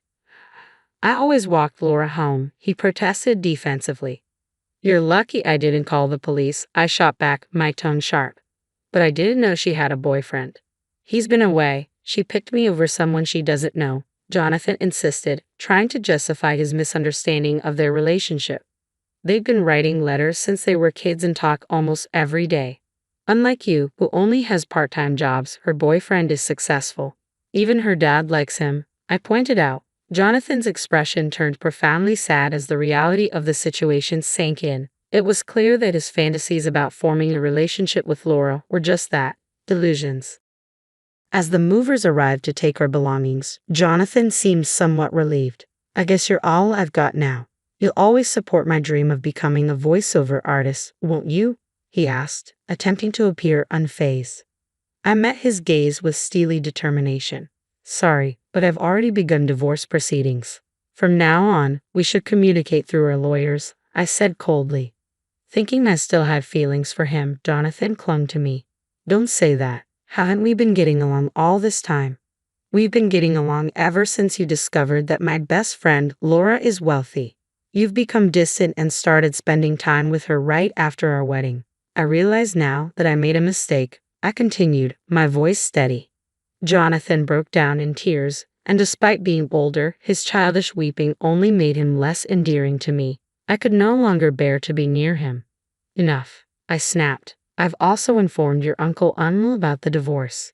You know he's a tough man. Well, he's decided to work for him, which means I can no longer support your voiceover dreams. You barely practice as it is. It might be time to accept reality and stay away from Laura. If you don't, I'll call the police. With those final words, I left, determined not to look back. For now, I would stay with my parents, though I considered moving closer to my workplace if I found a suitable place. Meanwhile, as expected, Jonathan ended up working for his uncle, and his parents, who had plans to rely on him financially after his marriage to Laura, also moved in with him, all of them now working for his uncle. It seemed that exploiting others was a family trait. I felt a wave of relief wash over me as I escaped that toxic environment. Age wasn't the significant factor. I vowed to be more cautious in choosing my next partner. On a happier note, after settling things with Jonathan, Laura invited me to her wedding. She introduced me to her long-term boyfriend, and I genuinely wished them both happiness. Hi, I'm Susan, and I'm 30 years old. I met my husband Ethan through a mutual friend, and after 2 years of dating, we decided to get married. While we haven't started a family yet, we're thoroughly enjoying our life together. Ethan's family owns a successful factory with around 50 employees. The company was founded by his late father and has flourished thanks to the hard work of everyone involved. Right now, Ethan's sister Maria runs the business. She's unmarried and has a natural talent for leadership, which she seems to have inherited from their mother, both of whom are exceptional communicators. Maria is warm and welcoming. She made me feel like a sister the moment we met, a stark contrast to the way I grew up with my brothers. However, not everything is without challenges. The factory is close to our family home, and since Ethan's father passed away, my mother-in-law has retired and spends her time looking forward to our 2 p.m. coffee breaks, which I've come to dread. Every time I'm asked to fetch her coffee, it feels like my mood sinks. She uses these breaks to express her discontent, often questioning why Ethan and I haven't had children yet, a subject that's out of our hands. If I don't respond to her probing, she becomes irritated and says hurtful things, questioning my worthiness as Ethan's wife and even making cruel remarks about my late parents. The tension between us dates back to when I first met Ethan's family. Upon learning that both of my parents had passed away, my mother from cancer when I was 8 and my father from a heart attack when I was 18, my mother-in-law was visibly shocked. I had a tough childhood, but my father raised my brother and me on his own, and I miss him deeply, especially since he passed away before I had the chance to truly show him how grateful I was for everything he sacrificed. Navigating these family dynamics has been tough, especially when dealing with my mother-in-law's harsh words. Yet despite these challenges, the bond I share with Ethan and the kindness I've received from parts of his family, especially Maria, has given me strength. I'm learning how to handle the more difficult relationships with grace. People often express sympathy when they learn about my past, acknowledging the hardships I must have faced growing up without my parents. However, my mother-in-law's reaction was different. "So you might not live long either, huh?" she remarked once, leaving me stunned with her blunt, insensitive words. Ethan was just as shocked as I was, but my mother-in-law continued as if it were a practical concern. As I struggled with my place in the family, Maria, who had been quiet until then, suddenly made her stance clear. Slamming her hand on the table, she interrupted the tension with a firm voice that cut through the silence. When my mother-in-law tried to seek Maria's support, saying, "Right, Maria, you agree with me, don't you?" Maria responded with a frosty glare and said, "What are you talking about? Ethan chose Susan himself, and she's wonderful. Why can't you support that?" Her protective words took my mother-in-law by surprise, and from that point on, the overtly harsh comments stopped, at least when others were around. The subtle digs, however, continued, especially during our one-on-one coffee breaks, where I could always sense her disappointment if I, not Maria, was the one bringing her coffee. Thankfully, Ethan and I didn't live with his family. We rented a nearby room, which provided some distance from her negativity, limiting our interactions to those brief coffee moments. Our respite from living under the same roof was cut short when a record-breaking hurricane caused severe damage to our apartment. The ceiling leaked so badly that it became uninhabitable. As we tried to manage the situation, Maria suggested we stay with them, smiling innocently as she offered a solution. Why worry? Just stay with us. Your commute will be 25 seconds. Given the circumstances, we moved in with Ethan's family temporarily. When we arrived, my mother-in-law greeted us with a warm, though mostly directed at Ethan, "Welcome home, Ethan. It must have been tough, but Mom is happy we can live together again." Ethan, however, seemed distant, almost rebellious in his response. After a moment, my mother-in-law noticed me and remarked, "Oh, Susan, you're here too. I didn't notice because you're so quiet. Smile more." Her attempt at lightheartedness only added tension to the already strained atmosphere reflected in Ethan's frustrated expression. The dynamic in the house felt off, but this experience only highlighted the complex layers of family interactions and the resilience needed to navigate them, especially now that we were living under the same roof following the hurricane damage to our apartment. When we moved in with my in-laws, I knew adjusting to life under the same roof would be a challenge. To show my appreciation, I decided to cook a simple but hearty dinner on our first night: bread soup and steak. Both my mother-in-law and sister-in-law complimented the meal, easing some of my tension and offering me a brief moment of relief. However, just as I thought dinner was winding down, my mother-in-law surprised everyone by standing up, humming cheerfully, and retrieving a container from the fridge. She then generously topped her steak with its contents, which to my shock, was jam. The sight of jam on a perfectly cooked steak caught everyone's attention.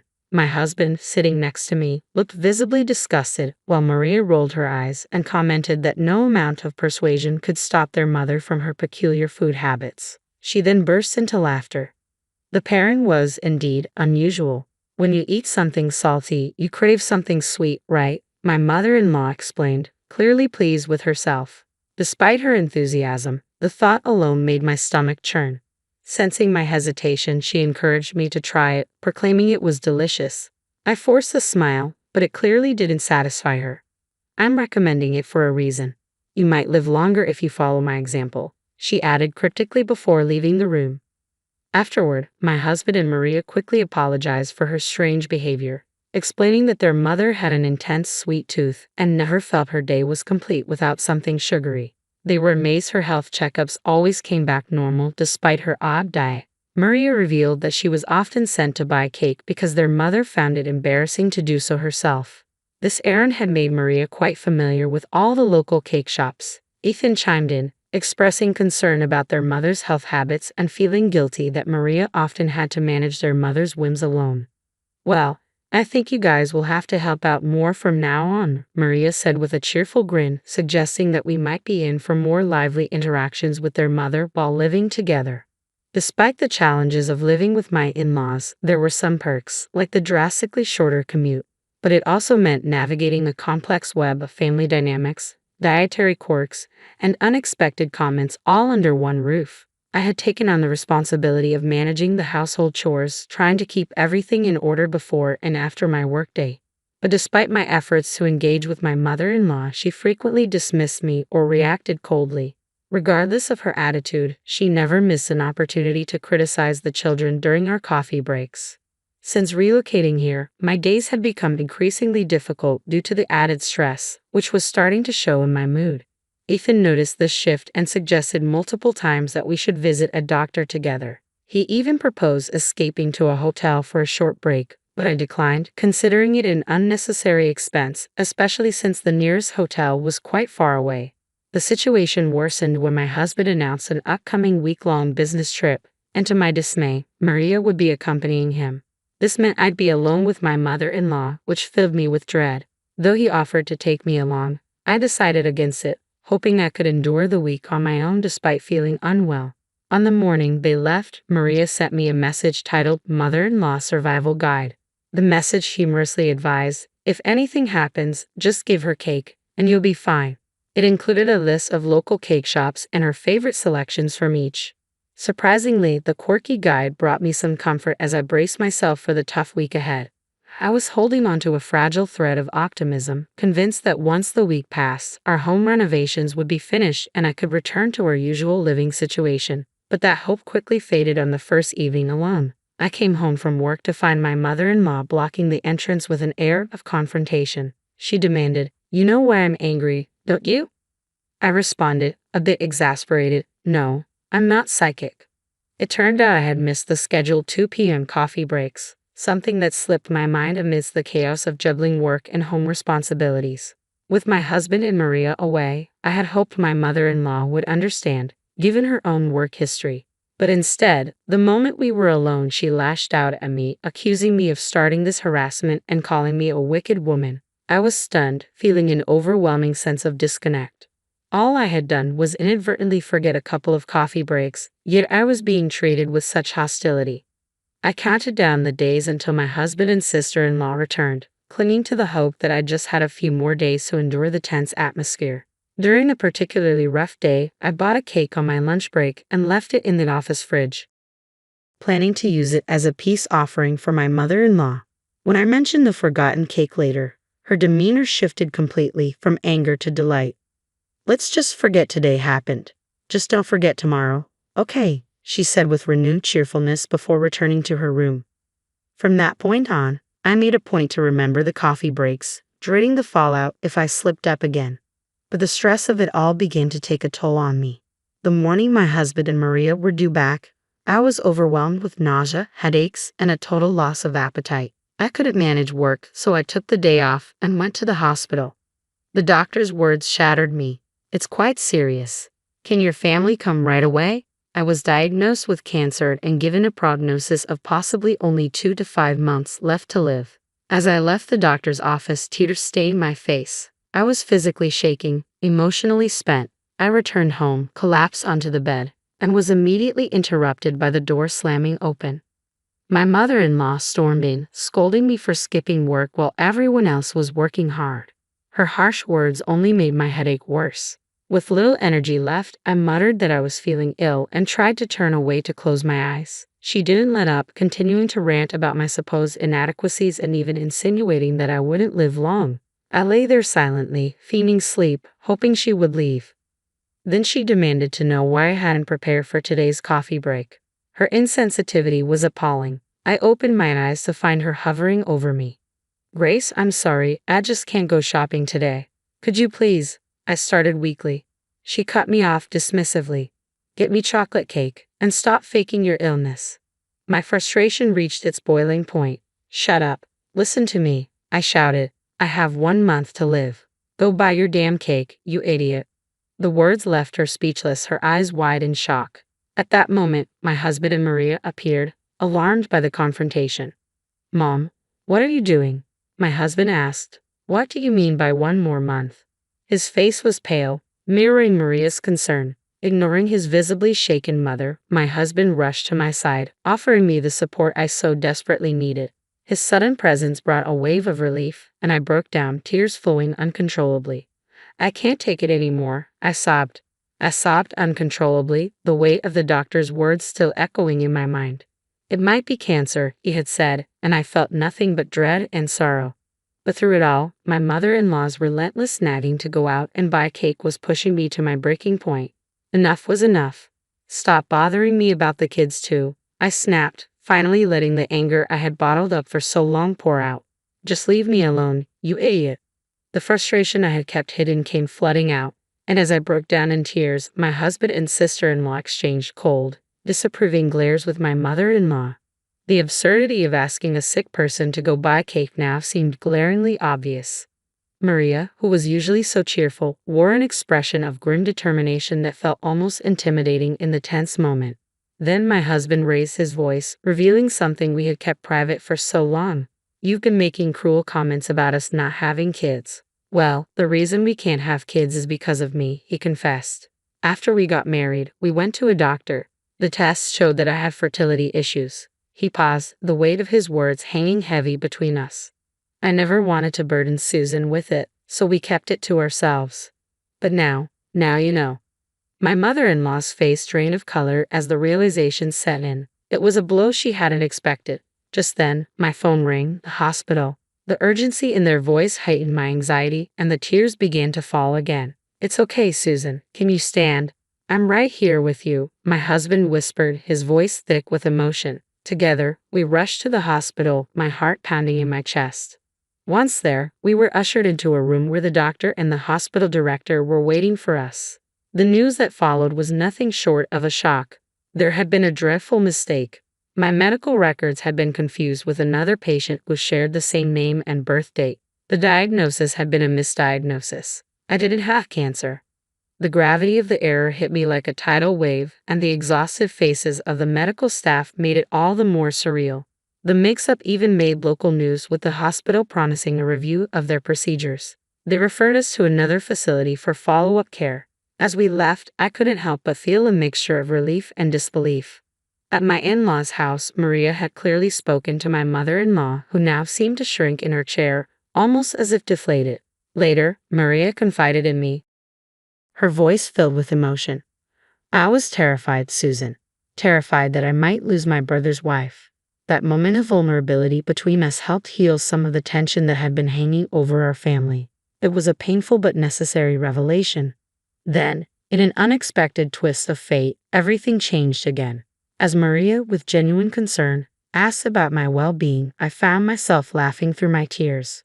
"I'm pregnant," I said, joy flooding through me. My husband's face mirrored my emotions as we both cried, overwhelmed with happiness. We rushed to the maternity hospital, and after a few tests, it was confirmed. Yes, we were expecting. We could hear the heartbeat, and the joy we both felt was beyond words. Maria, who had come with us, shed tears of happiness too. The roller coaster of emotions didn't stop there. Soon after, Maria announced her engagement to her longtime boyfriend and her plans to move to another state. It wasn't a surprise to us, though my mother-in-law was completely blindsided when she heard the news. "What? You're getting married and moving away?" she exclaimed in disbelief. Maria, ever so calm, reminded her, "Yeah, I told you about it before." But with everything finally settled, we all shared a laugh over her confusion. When we returned home, the renovations had been completed. The roof was fixed, and our room looked brand new.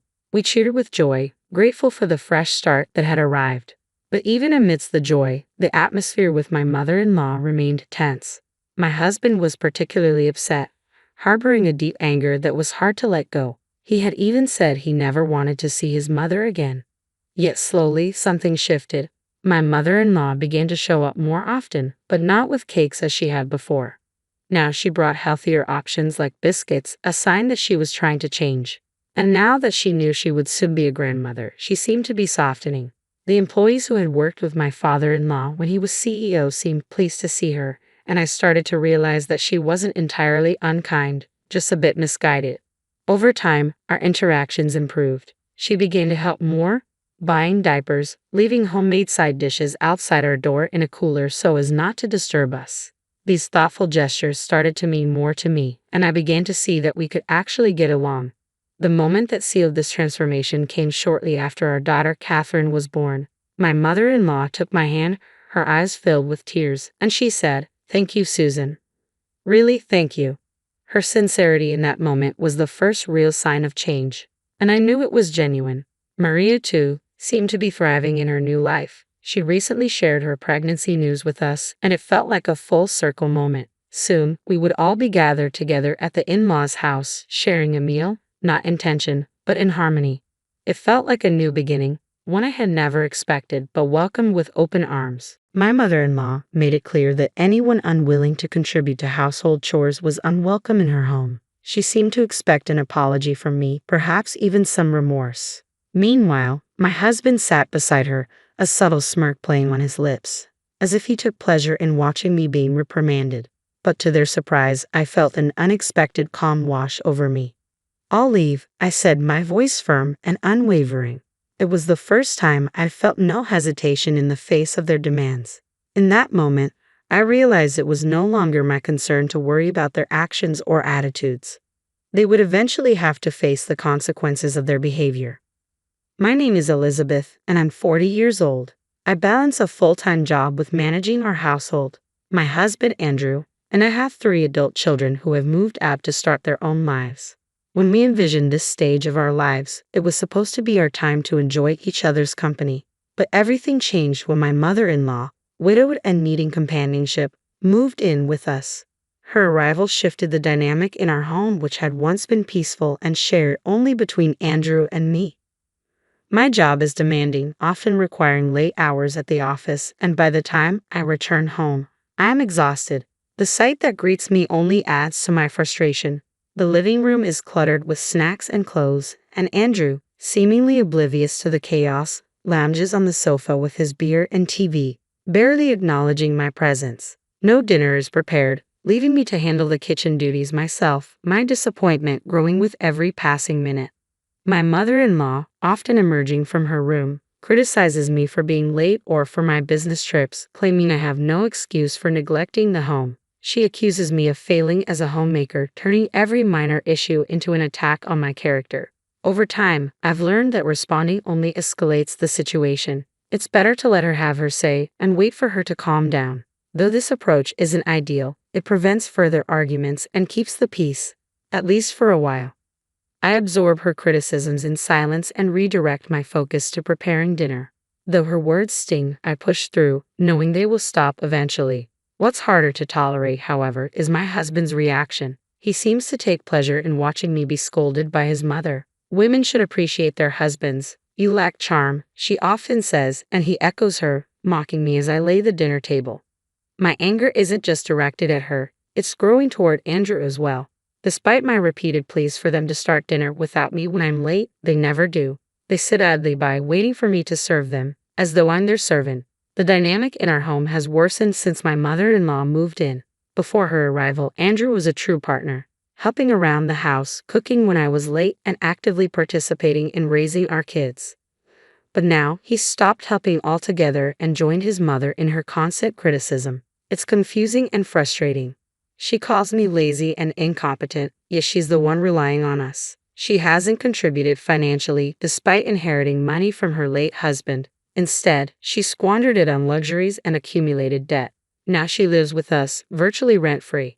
This tension began the moment she moved in. She promised to be considerate, even bowing deeply in a show of sincerity. But within a day she reverted to her old ways, criticizing my housekeeping. At first, it was almost amusing, but it quickly became serious. She accused me of being a poor wife because of my focus on work, criticizing not only my housekeeping but my professional commitments as well. I tried explaining that my job sometimes demands late hours, but my words fell on deaf ears. Instead, she suggested I take a part-time job at the local supermarket, as if that would somehow be more suitable. She had a fixed idea of what a daughter-in-law should be like, but little understanding of the realities of my job. Living with her became increasingly difficult. Every dissatisfaction, even with something as trivial as our meal choices, led to complaints. Even simple routines like breakfast became issues. We used to grab bread or buy lunch, but she disapproved of these habits. Reluctantly, she began following our household rules, but not without constant grumbling.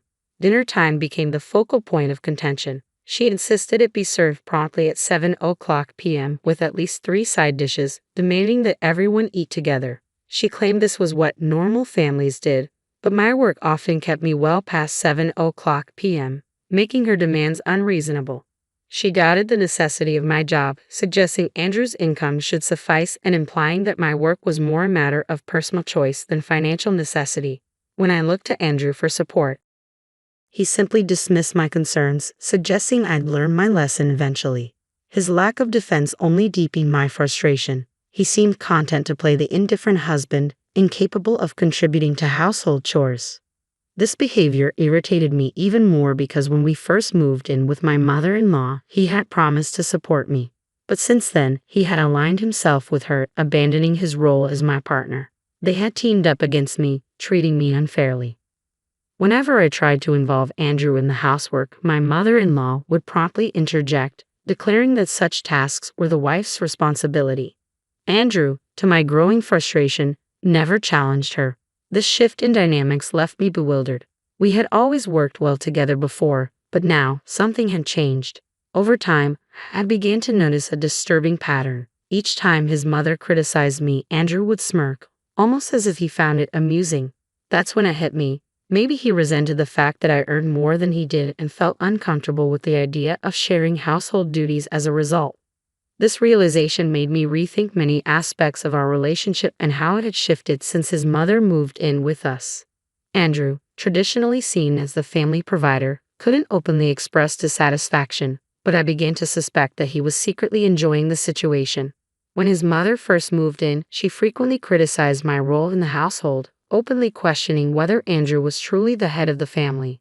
There was a certain satisfaction he seemed to derive from being scolded, which revealed a side of him I hadn't fully acknowledged before.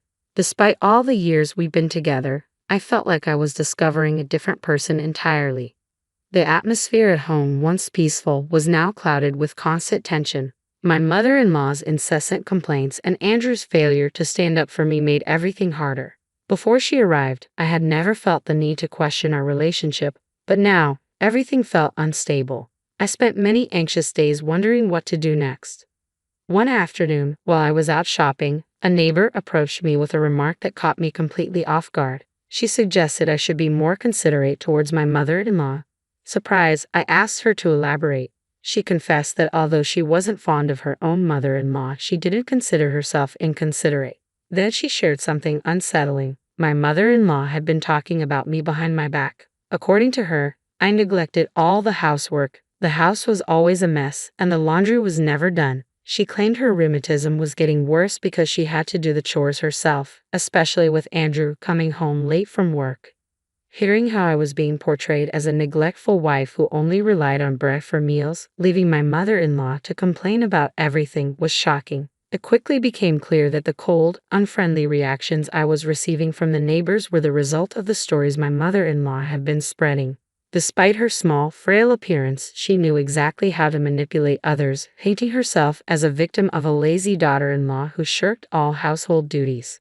The look the neighbor gave me was one of cold accusation, a reflection of how these harmful tales had shaped people's perception of me. I felt a deep sense of embarrassment, realizing that our family issues had become fodder for neighborhood gossip. I muttered a quick denial and rushed back home, hoping to avoid further confrontation. As I entered the living room, I braced myself for the next round of criticism. I found my mother-in-law engrossed in her TV show, snacking away as usual. Taking a deep breath, I approached her firmly, saying, "Please stop spreading rumors." To my dismay, she just laughed and brushed it off, insisting, "But it's true." Something inside me snapped. If she was determined to keep spreading these lies, then I would no longer play the role of the dutiful daughter-in-law. The very next day after returning from work, I was met with the usual demands for dinner. This time, however, I bypassed both my husband and my mother-in-law's complaints and went straight to the kitchen. I prepared just a single serving of instant ramen for myself. When my mother-in-law saw what I was doing, her face turned crimson, and her protest grew louder. "So you're just proving you're the worst daughter-in-law, huh? Not doing any housework, not even cooking dinner. Fine, if that's how you want it," she snapped angrily. I continued eating my noodles in silence, unbothered by her outburst. Eventually, she turned to Andrew, seeking his support. When he approached me, I laid everything out. "Mom's been telling everyone that I'm a terrible daughter-in-law who neglects the housework." When I confronted her, she just doubled down on her lies. "So I've decided to stop doing it altogether. I'm just doing what she's been telling everyone I do." I shared what the neighbor had told me the day before. Andrew, looking concerned, tried to mediate. "She probably just exaggerated. Don't be so stubborn," he said, despite his mother clearly being in the wrong. But once again, he sided with her. Exhausted and drained, I discarded the empty ramen cup and ignored his pleas. I walked away and retreated to the bathroom, where I did my laundry and took a long, quiet bath. As I soaked, a wave of relief washed over me. It became clear that, no matter how hard I tried, I was always going to be seen as the bad wife. From that moment on, I made the decision to stop engaging in the household tasks my mother-in-law criticized me for. She bemoaned the lack of freshly baked bread for breakfast on my days off, but I remained resolute. When I woke up the next morning and stepped into the living room, she demanded that I go out and buy bread immediately. In response, I looked at her and said, "Why don't you buy it yourself? I'm such a bad wife, after all. I'll only buy my share from now on. You'll need to pay for your own food or handle it yourself." With that, I ignored her protests, made myself coffee, and quickly ate my bread. As I watched her reaction, part of me wondered if I had been too harsh, but after everything I had endured, it felt justified. After finishing my breakfast, I tidied only my part of the cluttered living room and settled down with a book. The calm didn't last long, however. The doorbell rang. I glanced at the monitor, bracing myself for whatever came next. I was startled to see a group of more than 4 elderly people, familiar faces I knew well, standing in front of my door with visibly upset expressions. Confused, I watched as my mother-in-law hurried to greet them, and they filed into the house one after the other. I was taken aback when one of them sharply addressed me. "I hear you're the wicked woman who doesn't even care for her mother-in-law." It turned out these visitors were my mother-in-law's siblings and their spouses. She had spread false tales about me, accusing me of neglecting her by not feeding her properly and not letting her bathe. As the youngest of 4, she had a large support network, and now, with their spouses included, there were 8 elderly people in my living room, all labeling me as a demon wife deserving of retribution. Their accusations made my heart race with fear. "This is a misunderstanding," I finally managed to say, my voice trembling. But the eldest brother raised his voice, pounding his cane on the floor. "Stop making excuses," he bellowed. The others joined in, demanding that I apologize and reflect on my supposed wrongdoings. Just then, my husband arrived, drawn by the commotion. When my mother-in-law's brother criticized my upbringing, I waited for him to defend me, but instead, he joined in, adding his own criticisms. In that moment, my affection for him vanished. I had always believed my husband to be a kind man, but living with my mother-in-law had shown me the truth. He wasn't kind, he was simply weak, easily swayed by those around him, and unable to stand up to any pressure. During the heated exchange, one of my mother-in-law's brothers even suggested that we get a divorce. To my horror, everyone seemed to agree. My mother-in-law then offered me a so-called second chance, but only if I promised to change and serve both her and my husband better in the future. Trying to hold back tears, her siblings urged me to be grateful, claiming that I would never find a kinder mother-in-law anywhere else. They even decided to implement a rotating schedule, taking turns each week to check if I was keeping up with the housework and attending to my husband and mother-in-law's needs adequately. Once their plans were set, everyone appeared content and left to celebrate with a sushi outing. As they departed, my mother-in-law couldn't resist a parting shot, telling me to ensure the house was clean and the laundry done by the time they returned. Alone in the cluttered living room, I was left to wonder how everything had escalated to this point. Tears began to well up. Our marriage had been happy until my mother-in-law's interference. Now, despite all my efforts, I found myself the subject of complaints from all of them. The tears streamed down my face, a mix of sadness, regret, and anger. A few hours later, my husband and mother-in-law came home. I was still sitting in the disarrayed living room when my mother-in-law smirked at me. "See, we don't need a wife who can't do housework," she sneered. "I told you to clean up earlier, didn't I?" Seemingly tipsy, she demanded that I leave immediately. My husband, grinning, joined in, probably thinking his support would make me comply quietly. But I had reached my limit. I no longer had any desire to do anything for them. "Fine, I'll leave then," I said calmly, standing up. As I turned to leave, I heard my mother-in-law and husband laughing, probably assuming I was bluffing. But their reactions didn't matter to me anymore. I went to my room, packed my things, and left without another word. A week later, my mother-in-law called me, panicked. "Andrew says he has no money." "What does that mean?" she asked frantically. I responded bluntly, "Andrew earns only a third of what I do. I've been covering most of our expenses. The house is in my name, and I'm planning to sell it, so you'll need to leave soon." She thought I was joking until I urged her to check the bank statements in her drawer. There was silence on the other end of the phone as the reality of the situation sank in. Then, the begging started. She pleaded for me to return, saying Andrew was lonely. But I was resolute. "I'm proceeding with a divorce through my lawyer," I told her, ending the call and ignoring her tearful apologies. With the help of my lawyer, I filed for divorce, citing my mother-in-law's unbearable behavior and my husband's lack of support. The divorce was granted quickly, and I even received a small settlement.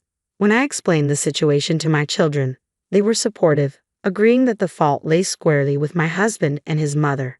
After the divorce, I sold the house, and my ex-husband and mother-in-law were forced to move out and stay with relatives temporarily. Their stay was short-lived, though, as they soon had to find a small apartment, struggling to make ends meet on his modest income. From what I've heard, they now spend their days blaming each other for their misfortunes. Meanwhile, my ex-husband has been sending frequent messages asking for reconciliation, claiming he's cut ties with his mother. But these messages have become more of a nuisance than anything, and I'm considering blocking him to maintain my peace. Without their constant criticism, I feel liberated. I'm ready to live my life on my own terms, focusing on my own fulfillment and well-being. Hi, I'm Gloria, a 36-year-old office worker balancing the ups and downs of daily life.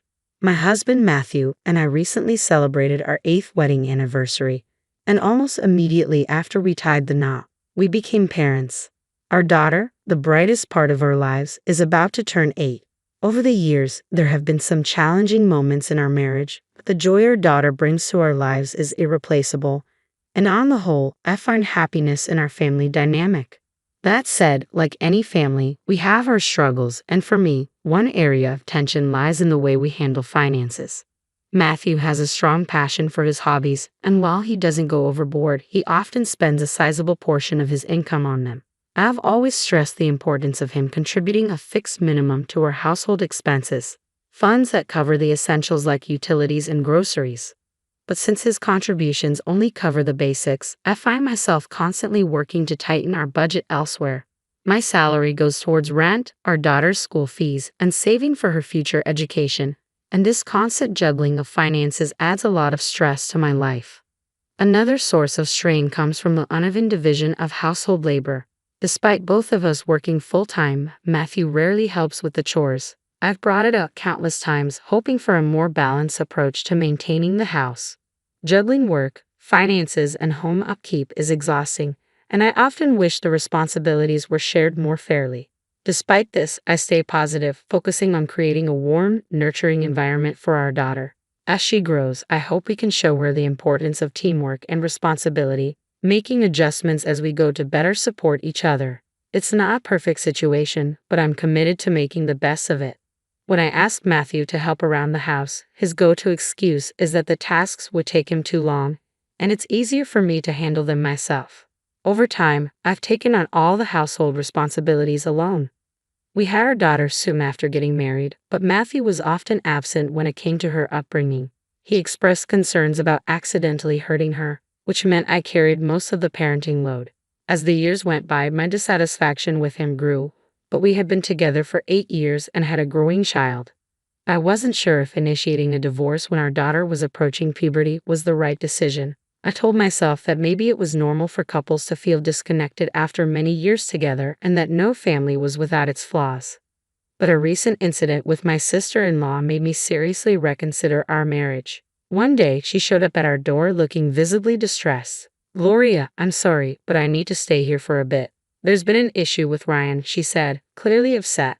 I was worried and asked if something had happened with her husband. She hesitated and tried to change the subject, which left me feeling uneasy and desperate for more information. Later that night, when Matthew returned from work and we had put our daughter to bed, we all sat down to talk. "So, what happened?" I asked, looking at my sister-in-law. I asked her what had happened, and she hesitated before replying. "Well, Ryan just snapped. He said, out of nowhere, that he wants a divorce." I was stunned. I had always thought of Ryan as a calm, stable, and sincere person, so this sudden outburst didn't make sense. I pressed her for more details, asking, "Why did he get so angry?" She seemed defensive, her voice rising with panic. "Why are you asking me that?" she retorted. A thought crossed my mind. Perhaps she had done something to provoke him. Her avoidance only fueled my concern. "What do you mean? Why am I asking?" I responded. "Why are you defending him? Are you involved with him or something?" Her accusation caught me off guard, but I quickly denied it. "Of course not," I said. "I'm not involved with Ryan." Matthew, overhearing the exchange, laughed off her suggestion. "That's impossible," he said. "She barely has time for anything outside of her responsibilities. And besides, she always leaves her phone out in the open." Despite my husband's defense, frustration bubbled inside me. My life was a constant whirlwind of work, household chores, and caring for our daughter. After long days, I barely had the energy to check my phone, let alone engage in anything like an affair. Still, my sister-in-law insisted she didn't know why Ryan was upset. We agreed it would be best to talk directly to him to clear things up. A little later, Ryan arrived at our house. My sister-in-law, still uneasy, decided to step out and give us some space. Ryan, looking apologetic, expressed regret over the turmoil he'd caused. "I'm really sorry for all the trouble," he said earnestly, his calm demeanor confirming my belief that he wasn't the type to make rash decisions. "Ryan, I just don't understand," I said, pressing him. "You've only been married for a year. Isn't asking for a divorce a bit extreme? There has to be a reason." Ryan took a deep breath before revealing the shocking truth. "The reason is that she spent all of my savings, $110,000, without telling me." I felt the air leave the room.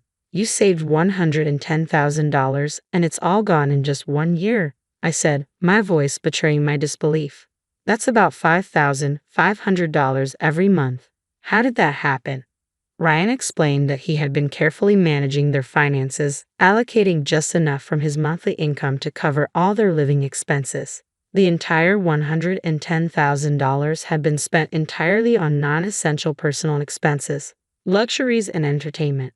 "No wonder you're upset," I said, empathizing with him. "Anyone would be furious in your shoes." I couldn't help but think of my own situation with Matthew's tendency to overspend. It was almost as if this was a family trait. With the revelation of the massive financial strain, I suggested, "If she doesn't make an effort to repay that $110,000, maybe you should seriously think about separating, especially since there are no kids involved." Ryan nodded, taking my advice to heart, but then Matthew surprised me by chiming in. "I'll make sure my sister pays you back," he said confidently. I was taken aback by his sudden certainty. How could he be so sure? Ryan looked at him, clearly appreciative of the support. "I would appreciate that, thank you." With that, we had reached what seemed like a tentative resolution, though I knew the situation was far from over. As Ryan left, my sister-in-law returned to the house, the weight of everything still hanging in the air. I confronted her immediately. "Ryan mentioned that you used up all of his savings, $110,000. She quickly became defensive. "I used it for living expenses," she retorted, her tone sharp. I tried to explain the situation, but she wouldn't hear it. Ryan had already made it clear that he kept a separate account for everyday expenses. Her reply was dismissive, almost scornful. "You don't know anything, so just shut up." Her harsh tone wasn't a surprise. She often belittled me during our conversations. But this time, her complete lack of remorse, coupled with her dismissive attitude toward the mess she created, made it all too clear. Ryan might truly be better off pursuing a divorce. She refused to acknowledge the seriousness of what she'd done, and there was no indication that she planned to fix anything. It painted a grim picture for the future of their marriage. During our heated exchange, Ryan mentioned that he might consider forgiving her if she repaid the full $110,000. My sister-in-law, seemingly cornered by her own actions, lamented, "How can I pay back that much? I'm just a housewife." I responded firmly, "If you can't pay it back, you shouldn't have spent his money in the first place." The tension in the room thickened, and then, almost as if she had an epiphany, my sister-in-law turned to me with a gleam of hope in her eye. "Relax, Gloria. We've got money, right? You've got $220,000 saved up, so no worries, right?" she said, sounding almost victorious, as if she found a miraculous solution. I was thrown off completely. "Wait a minute, how do you even know about my savings, Matthew?" I asked, stunned. I had never shared that I'd saved that amount for our daughter's future tuition. Matthew, appearing unfazed, casually admitted, "I found it when I went through your parents' house. It was in the second drawer of the closet in your room." I was speechless. "You went through my things without asking. That's unbelievable. We're married, but that doesn't mean my personal belongings are up for inspection," I protested, feeling utterly betrayed. Ignoring my outrage, Matthew continued, "Your sister-in-law is in trouble. Give us your savings to help her out." I was incredulous. "I'm not handing over that money. It's for our daughter's future. If you think $110,000 should just be given away, why don't you figure out a way to pay her back?" Matthew didn't hesitate. He reached into a drawer and pulled out divorce papers. "I've had these ready just in case something like this happened," he said coldly, as if he'd been preparing for this moment all along. My frustration boiled over. "You've got some nerve trying to manipulate the situation like this," I snapped. "That's exactly what I've been wanting to say to you. I added, my voice shaking with the weight of my anger. Then, with chilling finality, Matthew filled out the papers and said, I'm serious. We can get a divorce anytime you want. To my shock, my sister-in-law, watching the drama unfold with an almost gleeful grin, piped up. Well, I'll be one of your witnesses, she said, scribbling her name on the form as if she were signing a trivial document. You can either pay me the $110,000 or we can get a divorce, Matthew threatened, as though he were cornering me into a choice. I was astounded by their boldness and manipulative tactics. But rather than giving them the satisfaction of seeing how deeply their words cut, I feigned compliance, allowing the moment to pass without escalating things further. The next day, I prepared myself for whatever came next. I decided to take control of the situation and invited some important figures, my in-laws and Ryan, to our home. When they arrived, Matthew was immediately baffled. Ryan, why are you here? Mom, Dad, what's going on? He asked, his confusion palpable. Before Matthew could say anything more, his father interjected, his voice calm but firm. Matthew, don't embarrass yourself any further. He then turned to me and added, Gloria, I'm truly sorry about my son and daughter's foolish behavior. Ryan also spoke up, his tone sincere. I must apologize to Gloria, he said. Their apologies were like a bombshell, but the tension didn't subside. Matthew, still bristling, tried to assert himself. Why are you two apologizing? You should be quiet. Ignoring him, his father continued. We went through your room, Matthew, and we found stacks of expensive bags and jewelry. His mother added, Ryan asked us to look into it, and it's clear you've had a habit of hiding expensive purchases from us since you were young. The revelations hit like a ton of bricks, and Matthew's deceit became undeniable. His mother, facing the mounting evidence, finally said, I can't stay married to you anymore. The tide had turned dramatically. The extent of Matthew's financial misconduct had been exposed, and my earlier concerns now seemed justified in an entirely new light. The situation took another turn when it came out that my sister-in-law had falsely claimed she used the $110,000 for living expenses. I want you to pay me back the $110,000, Ryan demanded firmly, to everyone's shock, especially Matthew's. I've already taken steps, Ryan continued. Matthew, you're getting a divorce too. Gloria already filled out the divorce papers, and I signed as a witness. We just submitted them together. My sister-in-law's declaration was defiant. Matthew was furious. I won't allow that, he exclaimed. I couldn't hold back my frustration. You won't allow it? What are you talking about? You're the one who's been threatening divorce and trying to make Gloria, who has nothing to do with your sister's debts, take responsibility for everything. You are despicable. Gloria is my wife, not your property. I shot back. She wasn't born into your family. She's essentially a stranger to you. You should show her more respect and care. Ryan chimed in, his voice steady. I'm with Gloria on this. You're completely out of line. Faced with such a direct and reasonable argument from my parents-in-law, Matthew was left speechless, his head lowered in shame. My sister-in-law, visibly shaken, stood by silently, overwhelmed by the turn of events. Thankfully, my parents-in-law helped steer the conversation, assisting both Ryan and me in navigating through the divorce without further complications. In an attempt to make amends, my sister-in-law sold off as many luxury goods as she could, raising about $45,000 to repay Ryan. The remaining $30,000 was covered by my parents-in-law, who would now closely supervise her repayment of the debt. This arrangement brought some balance and ensured she would be held accountable for her actions, while allowing Ryan and me to move forward and start fresh. After the divorce, my sister-in-law found herself in a difficult financial position. She now works tirelessly from dawn till dusk, struggling to pay off the debt she incurred from mismanaging her former husband's savings. Her days are long and exhausting, leaving little room for rest.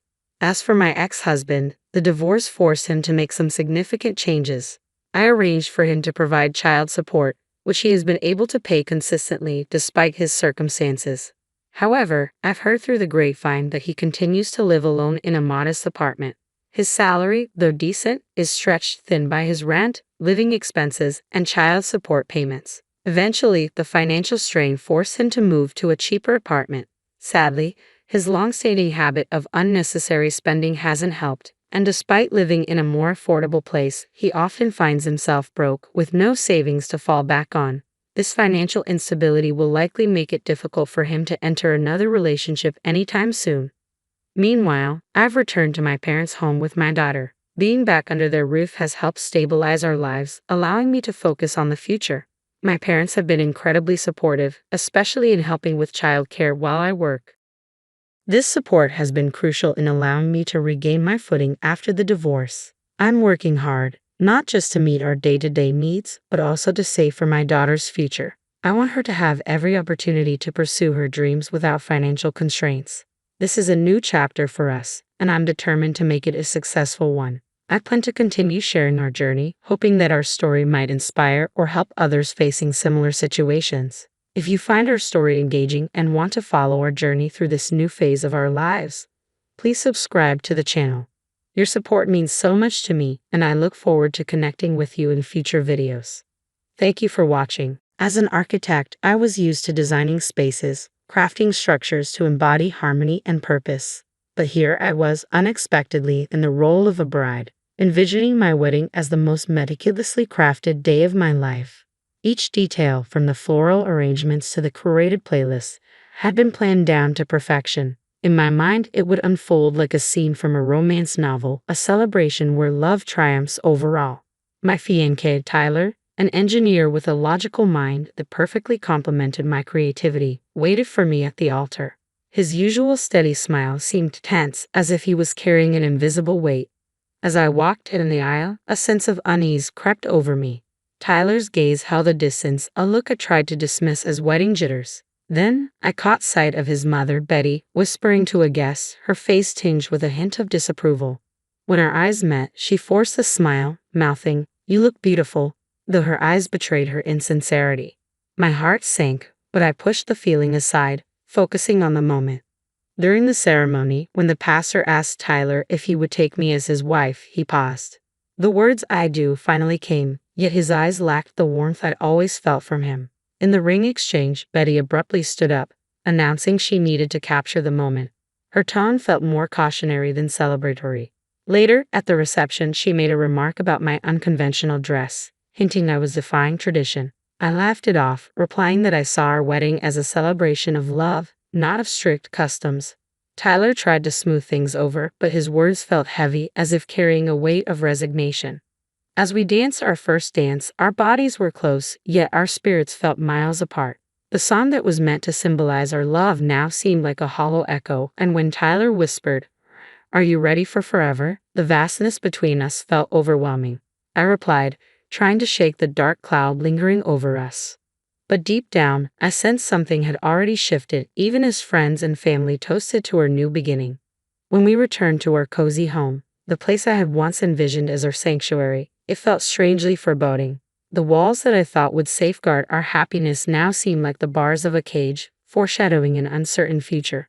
Soon after, Betty began her subtle but steady invasion, showing up unannounced, her criticisms filling the spaces I had hoped to keep peaceful.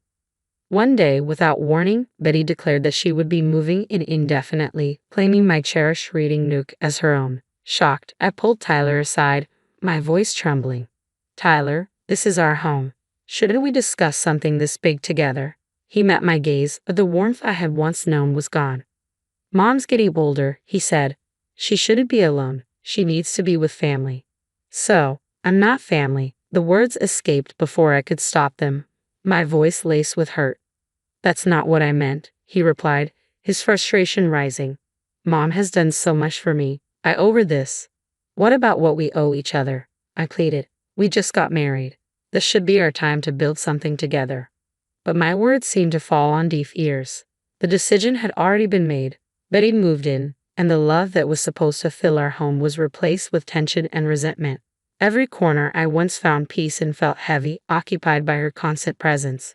The moments of warmth I dreamed of were slowly replaced by a sense of suffocation, and each day felt like a new challenge in a house that no longer felt like home. I used to share everything with Tyler, but now I found myself not just fighting to save my marriage or reclaim my home, but battling to preserve my identity, dignity, and peace of mind. The question kept echoing in my mind: how did it come to this? How did my life, my choices, become secondary to someone else's whims? What used to be my peaceful reading nook had transformed into a cluttered space filled with Betty's belongings.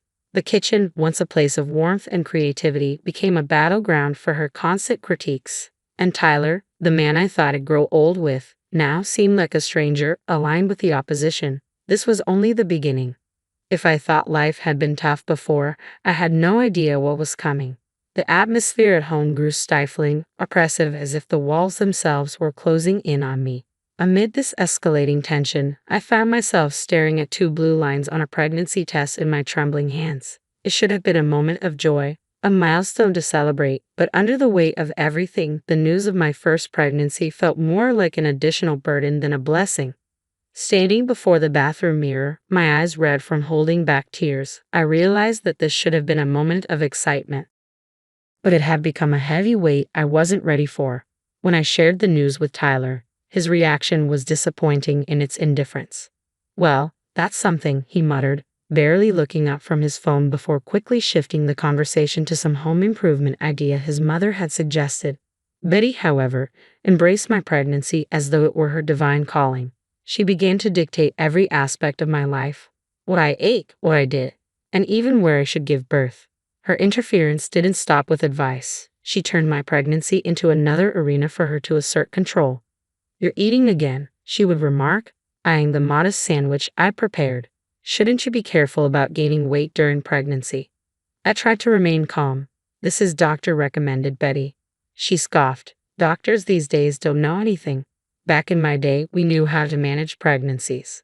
As the weeks went on, my energy dwindled, but Betty's demands only escalated. She transformed my home into her kingdom, where I was expected to cook, clean, and cater to her every whim, as though I were a servant, not a pregnant daughter-in-law. "Betty, why haven't you vacuumed the living room yet?" she barked from her self-appointed throne in what used to be my cherished reading nook, now turned into her lair for endless phone scrolling and daytime TV marathons. "I've been feeling really tired today, Betty. The doctor advised me to take it easy," I replied, my voice heavy with exhaustion. "Tiredness during pregnancy isn't an illness, you know," she shot back, her words cold and dismissive. Through all of this, Tyler's silence was deafening. His passive compliance only added fuel to the growing tension. Things finally boiled over during a tense dinner when Betty criticized my choice of baby names. "That's a ridiculous name for a child," she sneered. "You might as well pin a kick me sign on his back for his entire school life." At my breaking point, I snapped. "Enough is enough, Betty. This is my child, and I have a say in how to raise him or her." Her eyes flared with anger, and her voice escalated. Tyler, as always, intervened, not in my favor. "Mom, you're being emotional. She's just giving her opinion," he said, looking between Betty and me, then around the house, which had become my prison. I felt trapped, humiliated, isolated. The reflection in my tarnished wedding ring showed a woman I barely recognized, someone who was losing everything that once defined her. My home, my dignity, and my relentless spirit had all been slowly eroded under the weight of constant conflict. During one of these heated family discussions, Betty, with a cold, triumphant tone, looked me dead in the eyes and declared, "If you can't handle a simple family discussion, maybe you shouldn't be a part of this family." Tyler's silence in that moment was more cutting than any harsh words. It sliced through me, leaving me with a deep, aching emptiness. I realized then that my nightmare wasn't looming on the horizon. It had already consumed me, turning my life into a maze of broken dreams and suffocated cries. I wandered through the house like a ghost, each room echoing with the absence of the warmth they once held. The baby growing inside me became my only beacon of hope, the last bit of joy in a life that was quickly becoming hollow. But even that small solace was under threat. The breaking point came on a cold evening. During one of those dreadful family dinners thick with tension, I had spent hours preparing the meal, bracing myself for Betty's inevitable criticisms. Each of her jabs felt like a sharp sting, each scoff like a slap to the face. I'd grown used to it, but this time her words hit deeper than ever.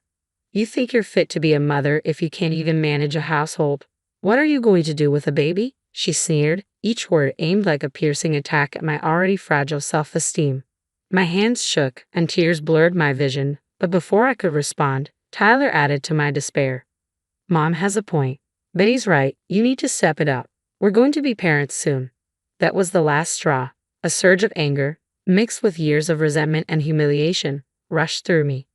Step it up, I exclaimed, my voice rising with a fierce intensity I hadn't expected. I am carrying our child, managing our home, and enduring relentless emotional abuse from your mother, and you're telling me to step it up. Both Tyler and Betty looked stunned by the force of my outburst. In that moment, the reality of my situation hit me full force, the profound isolation, the deep disrespect. It was all laid bare, unyielding, and stark. Every day, I faced the unbearable tension within what was supposed to be the sanctuary of my own home. It had built up like a dormant volcano, simmering beneath the surface until it finally erupted. I'm done. I can't do this anymore, I declared, my voice breaking under the weight of it all. I won't raise my child in a place where their mother is treated like nothing. If this is what family is to you, then I want no part of it. With those words, I stood up from the dinner table, leaving Tyler and Betty in stunned silence. I quickly packed a small bag, my hands shaking so violently that I struggled with the simple task of turning the doorknob.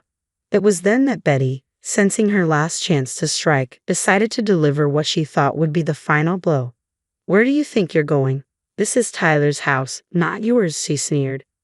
I turned to face her, meeting her gaze with unwavering resolve. Actually, Betty, this house is mine. I bought it, and I have every right to decide who stays and who leaves. Don't do this. Let's talk about it, Tyler pleaded, his voice desperate, finally understanding the gravity of the situation. There's nothing left to talk about, I replied, tears streaming down my face as I opened the door to the cold night outside. As I stepped out into the night, I felt the finality of the moment settle in. The door closing behind me felt like the end of a long, tragic chapter in my life. I started walking, each step away from that house a painful, necessary one. I didn't know where I was headed, but for the first time in a long time, I felt a sense of agency over my own fate. Despite the emotional toll, the icy wind cut through my thin clothes, biting into my skin as sharply as the turmoil inside me. I walked aimlessly, lost in a haze of exhaustion, both physical and emotional, until I neared my parents' house, a sanctuary I desperately needed. Just steps away from safety, my foot caught on an uneven slab of pavement, sending me crashing to the ground. My ankle twisted painfully, but the physical pain was nothing compared to the emotional agony I had been enduring. Limping and tearful, I finally reached my parents' doorstep. Their shocked expressions as they opened the door reflected the gravity of what had happened. This breakdown had been a long overdue fracture in a life already strained by too much pressure. As they hurried me to the hospital, I knew deep down that things couldn't go back to the way they were. I couldn't return to that house, not to Tyler, and certainly not to the oppressive shadow of Betty that had suffocated me for so long. Reaching my breaking point wasn't just the end. It marked the beginning of something new, a harsh but necessary step toward regaining the life that had been slowly stripped away from me. In the sterile hospital room, surrounded by the constant beeping of machines and the cold, unfeeling walls, reality hit hard. My sprained ankle propped up and undergoing checks for any complications from the fall, I experienced a strange blend of relief and fear. My parents stood beside me, their faces etched with concern and quiet anger. They had always sensed something was wrong in my marriage, but now the full extent of its dysfunction was glaringly obvious. "Sweetheart, what are you going to do now?" my mom asked, breaking the heavy silence, her voice heavy with worry. "I don't know, Mom," I replied, my voice steady despite the turmoil still swirling inside me. "But what I do know is that I can't go back. Not now, not ever." My dad, who had been pacing the room, paused and turned to face me. "Your mother and I will support whatever decision you make," he said, his voice calm yet heavy with concern. "But you need to think about your future and the future of your child." I nodded, my mind a labyrinth of uncertainty filled with countless possible paths, each shadowed by doubt, but also touched by the promise of something new, something free. As we spoke, my phone buzzed with a message from Tyler. "Betty, where are you? We need to talk." Without a second thought, I turned off my phone.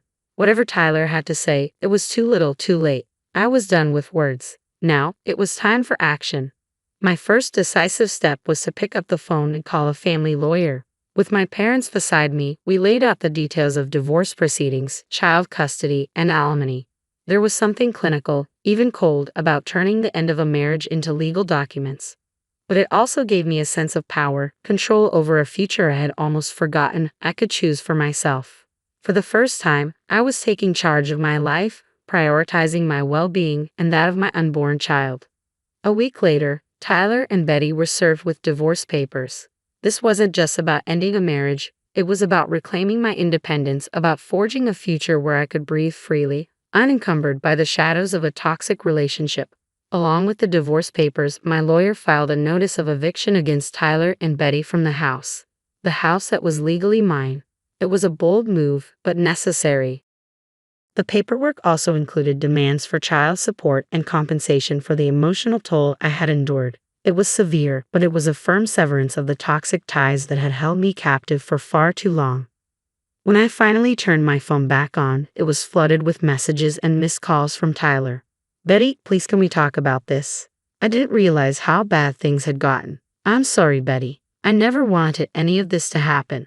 Let's find a way to make it right." For a moment, I hesitated. I was tempted to reply, to hear him out.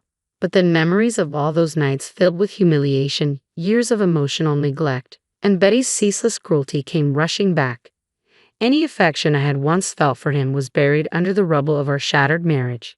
Without another thought, I deleted the messages, erased his number, and blocked him on every social media platform. As far as I was concerned, Tyler was now a chapter of my past, one I was finally ready to close. I knew the road ahead would be hard. Divorce proceedings are never simple, especially when children are involved. But for the first time in ages, I felt a sense of control. The journey ahead would be painful, yes, but it would also be mine to navigate. The darkness was finally behind me, and though the future was uncertain, it held the promise of something better. The courtroom was sterile and cold, its atmosphere heavy with finality. My lawyer sat beside me, exuding calm confidence. Behind me, my parents' support was unwavering. Across the room, Tyler sat, looking defeated, his face a mask of bewilderment. Betty stood beside him, her expression one of indignant disbelief. "All rise," the bailiff called, and Judge Anthony entered. The proceedings unfolded quickly, like a storm on leaves. Lies were exposed, facts and accusations laid bare. Evidence of Betty's emotional abuse and Tyler's neglect was presented. I watched their faces, twisted with shock and perhaps regret, as they saw themselves through the eyes of the law for the first time. The judge turned to Betty. "Miss, you stand accused of emotional abuse and harassment. The evidence against you is overwhelming. How do you plead?" Betty faltered, her usual confidence nowhere to be found. "Your Honor, this has all been taken out of context. I was merely looking out for my son's well-being." The judge, unimpressed, retorted, "It appears your definition of well-being is quite twisted." After a brief but intense deliberation, Judge Anthony rendered the verdict. "The court hereby grants Betty a full divorce from Tyler. Custody of the unborn child will be awarded solely to Betty. Tyler, you are required to pay child support as determined by the state. Mrs. Betty, given the evidence of your emotional abuse and harassment, you are fined $300,000 for your actions." A wave of relief washed over me as the gavel came down. But it was a bittersweet victory. My marriage had ended not in dramatic confrontations, but in the quiet shuffle of legal documents. I was free, but the cost was higher than I had ever imagined. As we exited the courtroom, Tyler approached me, his expression full of confusion and regret. "Betty, I'm so sorry. I never thought we'd end up here." I looked at him, this man I had once believed I would spend my entire life with, and felt nothing but an empty void where love had once resided. "I didn't think so either, Tyler. But here we are. It's too late for apologies now." I turned my back on him and walked away. Betty tried to catch my eye as I passed, perhaps seeking some form of recognition or even forgiveness. But I offered her nothing. She had drained me, and I couldn't afford to give her the satisfaction of knowing she still had any effect on me. As I stepped out of the courthouse, the world felt different, brighter, more vivid, as if I was seeing everything through a new lens. The weight that had held me down for so long had finally been lifted. This was the beginning of a new chapter, one I would write on my own terms. My mother embraced me tightly, tears in her eyes. "You did it, Betty. You're free." I hugged her back, overwhelmed with gratitude. "I couldn't have gone through this without you and Dad." Together, we walked into the light of a new day, ready to start fresh, free from the shadows of the past. "We'll always be here for you," my dad said, joining in the hug, his voice steady and reassuring. And for your new beginning. That evening, I sat alone in the quiet of my house, the house that was now undeniably mine. For the first time in years, I felt a profound sense of peace. I wasn't lonely, I was alone, and that was enough. The only expectations I needed to meet were my own. A flicker of apprehension remained, of course. I was about to become a single mother, a responsibility that loomed large. But as I rested my hand on my belly, feeling the gentle movements of my unborn child, a sense of calm settled over me. This painful journey had led me to a reckoning, but it had also brought me to a place of survival. The scars from my past remained, but they now told a story of strength, not defeat. I was ready for whatever the future held, not out of necessity, but from a place of choice. And that choice, to steer my own life, to shape my destiny, made all the difference. This was the promise of a new chapter, one written with hope, resilience, and newfound freedom. My husband had all but abandoned his responsibilities, leaving me to shoulder the overwhelming burden of caring for his ailing father and managing every household chore. Each night, he stayed out until the early hours, barely contributing enough for our living expenses. Though I cherished my career as a nurse, I had resigned from my job to dedicate myself entirely to his father's care. Now, here he was again, asking me for more money. "We can't make ends meet on this amount," I told him. "It's your responsibility to manage our finances within the budget, but there's a limit. How can you expect more from me when you contribute nothing and disregard everything I'm doing?" Aloof and condescending, he shot back, "All you do is drain our finances without contributing. You're like a parasite." "How dare you say that?" I retorted. "If I left, you wouldn't last a day. Maybe you should be trying to keep me instead of threatening me." In response, he waved a set of divorce papers in my face, arrogantly declaring he was ready to end our marriage at any time. Tossing the papers at me, he stormed out of the room. I gathered them from the floor, spreading them out before me. A wry smile crossed my face when I read the title, "Petition for Divorce." If he thought I'd be devastated, he was mistaken. I was already prepared, having imagined a life beyond his shadow long ago. With a mix of pity and determination, I picked up the phone and dialed my lawyer. "My name is Kayla. I was once a nurse at a private hospital, a challenging job with long hours, but it was my calling. Caring for others brought me deep fulfillment. Now, it was time to reclaim the life I had put on hold." At first, my marriage to Vincent was smooth, despite our busy schedules keeping us apart. But things changed drastically when his father, his only living family member, suffered a severe health crisis. Unable to live alone, he needed constant care. Vincent, concerned for his father, asked if I could step in, promising to make up for my lost income by working harder and taking on more responsibilities at home. Reluctant yet understanding, I agreed. I'd always had a good relationship with my father-in-law, a kind and generous man. We moved in with him, and at first, Vincent seemed committed to helping out. We tightened our finances, but we managed. Yet as the months went on, Vincent's promises faded, and he gradually withdrew. He reduced his financial support, became increasingly absent, and left me alone to juggle the household and caregiving duties. With my job gone, our income was halved, and the financial strain grew with every passing day. I found myself balancing the demands of caring for my father-in-law with searching for affordable groceries, often driving long distances just to save a few dollars. Meals became simpler, especially when Vincent wasn't around. Our living arrangement, which once felt manageable, now seemed increasingly unsustainable. Vincent had become entirely detached, spending his earnings freely and leaving all our challenges on my shoulders. Life grew incredibly difficult as I stretched every dollar to its limit. New clothes, trips to the hairdresser, simple luxuries were no longer an option. When the financial strain became unbearable, I approached Vincent for help. "About this month's expenses," I started. "I already gave you the money," he interrupted sharply. "Yes, but it's less than last month," I explained. "I can't make ends meet with this." "Are you kidding me? Managing the budget is your job," he snapped. "But the budget is too tight. Ever since I quit my job, it's been a constant struggle," I pleaded. "Please, we need more for the household." He scoffed. "It's my hard-earned money. I'll spend it how I want. Just because you were a nurse, you think you're important. Now you're not contributing financially at all. You're just a parasite living off my earnings. So keep quiet and do as I say." His harsh words stung, and his attitude only grew colder each time I tried to bring up our finances. With no other option, I began dipping into my savings for my nursing days. Each month became a battle as I juggled our worsening financial situation and endured Vincent's verbal abuse. Yet in all this hardship, my father-in-law was a bright spot. Despite his own struggles, he was endlessly grateful for even the smallest gestures of care. Aware of our financial strain, he even offered his pension to help. He was a kind soul and became my one source of emotional support. His gratitude and gentle presence gave me the strength to keep going, holding on to his warmth and appreciation when everything felt bleak. But my moments of peace were tragically short-lived. Nearly 3 years into caring for him, my father-in-law passed away unexpectedly. That day marked the end of one chapter and the beginning of a profound change in my life. I drove a bit further than usual to the supermarket to take advantage of a special sale. Though I felt uneasy about leaving him alone, he reassured me with a gentle smile and encouraged me not to worry. His warmth and calm words eased my mind, and I left, feeling peaceful, believing he was all right.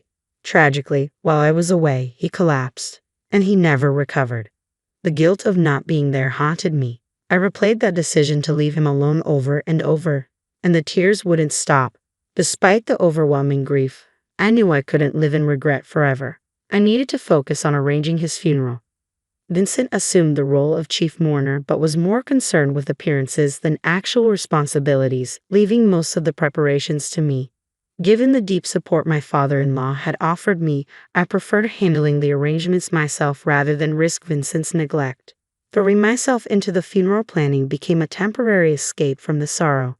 The process was grueling, leaving me feeling drained, but it helped pull me out of my depression, if only for moments. While Vincent barked orders 1 minute and watched TV the next, I focused on honoring my father-in-law's memory. At the funeral, many attendees extended their condolences to Vincent, unaware of the reality behind our struggles. They assumed he had been the primary caregiver, saying things like, "It must have been hard to prepare everything so quickly, and you took really good care of him. He was lucky to have such a devoted son."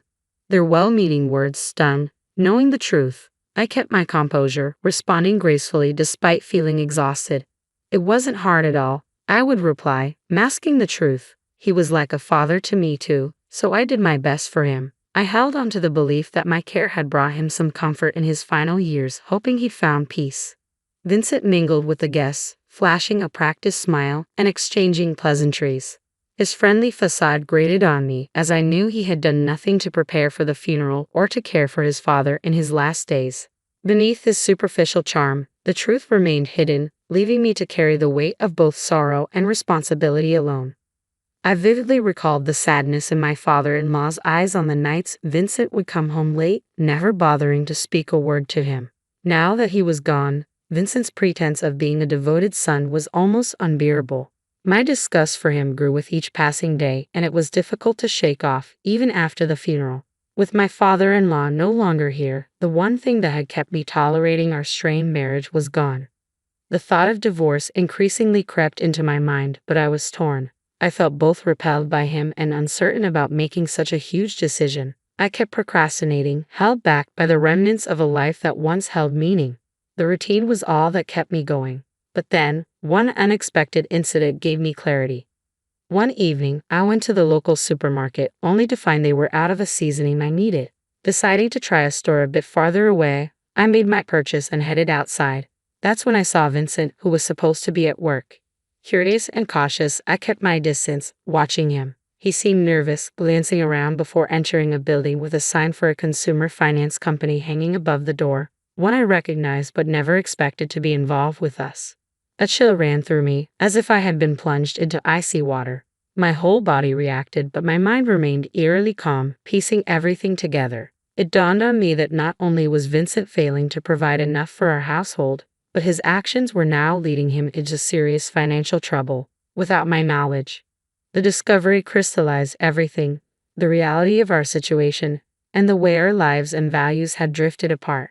I couldn't ignore it any longer. Vincent had been borrowing money behind my back. The thought of how deep and long-standing his debts were made my stomach turn. That was the moment the decision was made. I needed a divorce. I could no longer picture a future with someone who kept such major financial secrets from me. My feelings for him evaporated completely. That evening, I waited for him in the living room, the decision weighing heavily on me but clear in my mind. When he finally walked through the door, I didn't hesitate. "Vincent, you're back late." He looked surprised. "Yikes, what are you doing up so early? What's wrong? Can I stay awake?" I asked flatly. "Nothing's wrong. I just wanted to go to bed," I replied, keeping my tone even. "Of course you do. You've been out until now, after all." He dismissed my concerns. "If you're going to be sarcastic, save it. I'm exhausted from working, unlike you," he snapped. "Right? I'm sorry," I said, my words hollow as the reality of our situation settled in. I paused for a moment to gather my thoughts before speaking. "Actually, I have something important to tell you. Let's get a divorce." Vincent looked at me, stunned. "Ha! What are you saying all of a sudden?" "I've been thinking about it for a while now," I continued calmly. "You've been living off me, and yet you ask how I'll survive after the divorce. You hardly provide enough for me to live on as it is. Besides, as a nurse, I managed before, and I can manage again. If money is such an issue, then yes, I think a divorce is the best step." He stood frozen, speechless, before locking himself in the bedroom. The next day, true to his word, albeit reluctantly, he took a day off and accompanied me to our lawyer. He signed the divorce petition with a heavy thud on the lawyer's desk. Our separation turned out to be simpler than I had expected. Throughout it all, Vincent kept muttering about regret, but I chose to ignore him. Afterward, I decided to return to my parents' home temporarily. When I explained the situation to them, they offered their full support, encouraging me to move forward. Grateful for their backing, I began packing up my belongings, ready to start anew, free from the weight of a marriage that had become untenable. While sorting through my things, I decided to clean my father-in-law's room one last time. As I went through his chest of drawers, I stumbled upon his will. Curious but composed, I informed Vincent, who, to my surprise, showed an unexpected burst of excitement. He tore open the envelope and eagerly read the contents, his eyes wide. But his enthusiasm quickly shifted to dismay as he read aloud, mumbling about some mistake in the document. From what I could gather, the will left several stocks, which his father had owned to me. Additionally, it included a heartfelt letter expressing gratitude towards me. Vincent, in disbelief, protested, "No, this can't be true. I'm the only son. Normally, I inherit everything, don't I?" "That may be so, but the will clearly states otherwise," I replied calmly. "This is ridiculous. This can't be valid," he sputtered, but the signature on the document was unmistakable. The shock was too much for him. He fainted and collapsed on the floor. I quickly called an ambulance, but as I watched the paramedics take him away, I realized I was already detached from his life. There seemed no reason to delay my departure any longer, so I finished packing and left for my parents' home. Once settled, I reached out to one of Vincent's relatives, who had always been kind to me, to inform her about the divorce. She listened intently, her expression growing more pained as I recounted my story. After I finished, she embraced me warmly, but her demeanor was awkward and troubled. She then revealed, in a hushed voice, that Vincent had accumulated a substantial gambling debt long before we moved in with his father. It had started shortly after we got married. His frequent visits to consumer finance companies had even sparked rumors in our small community. Her revelations added new layers of understanding to the struggles we have faced, confirming that my decision to leave was justified. The support from Vincent's relative was comforting, reaffirming that I was not alone in recognizing the difficulties caused by his actions. It was deeply unsettling to realize that while I had been oblivious, others in our community were well aware of Vincent's financial troubles, and the rumors had been rampant. Before moving in with my father-in-law, my life had been consumed by my job. Afterward, my focus shifted entirely to caregiving, leaving no room for social interactions where such information might have come to light. Meanwhile, Vincent had been misleading everyone, confidently claiming that he would swiftly clear his debts with the inheritance he was certain to receive. It seemed everyone in our circle knew about it, except me. The rumors eventually reached his father, prompting him to draft a will that intentionally excluded Vincent, likely to correct his son's misguided expectations and irresponsible behavior. Vincent, who had recklessly accumulated debts across various quarters, was banking entirely on an inheritance that never materialized. When he realized he would receive nothing, the shock was too much for him, and he fainted. After a brief hospital stay, Vincent was discharged and faced the grim reality of managing his debts alone, scraping by day to day. As for me, I returned to my parents' home, took some time to gather my thoughts and heal, and eventually returned to my nursing career. Being back at work, immersed in a profession I love, has been rejuvenating. For now, I have no interest in thinking about marriage again. My priority is my career, dedicating myself to a job that brings fulfillment and stability.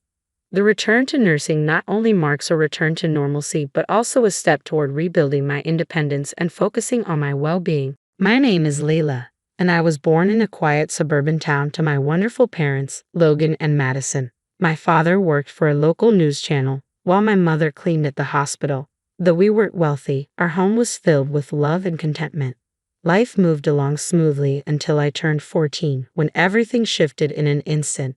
It was a rainy Tuesday evening when my parents were out at a dinner party, leaving me at home with my grandmother. I was lost in a cartoon when the phone rang, its shrill tone piercing the air. I'll never forget the cold shiver that ran through me as I heard my grandmother sobbing quietly in the kitchen. In the days that followed, confusion and sorrow blurred everything.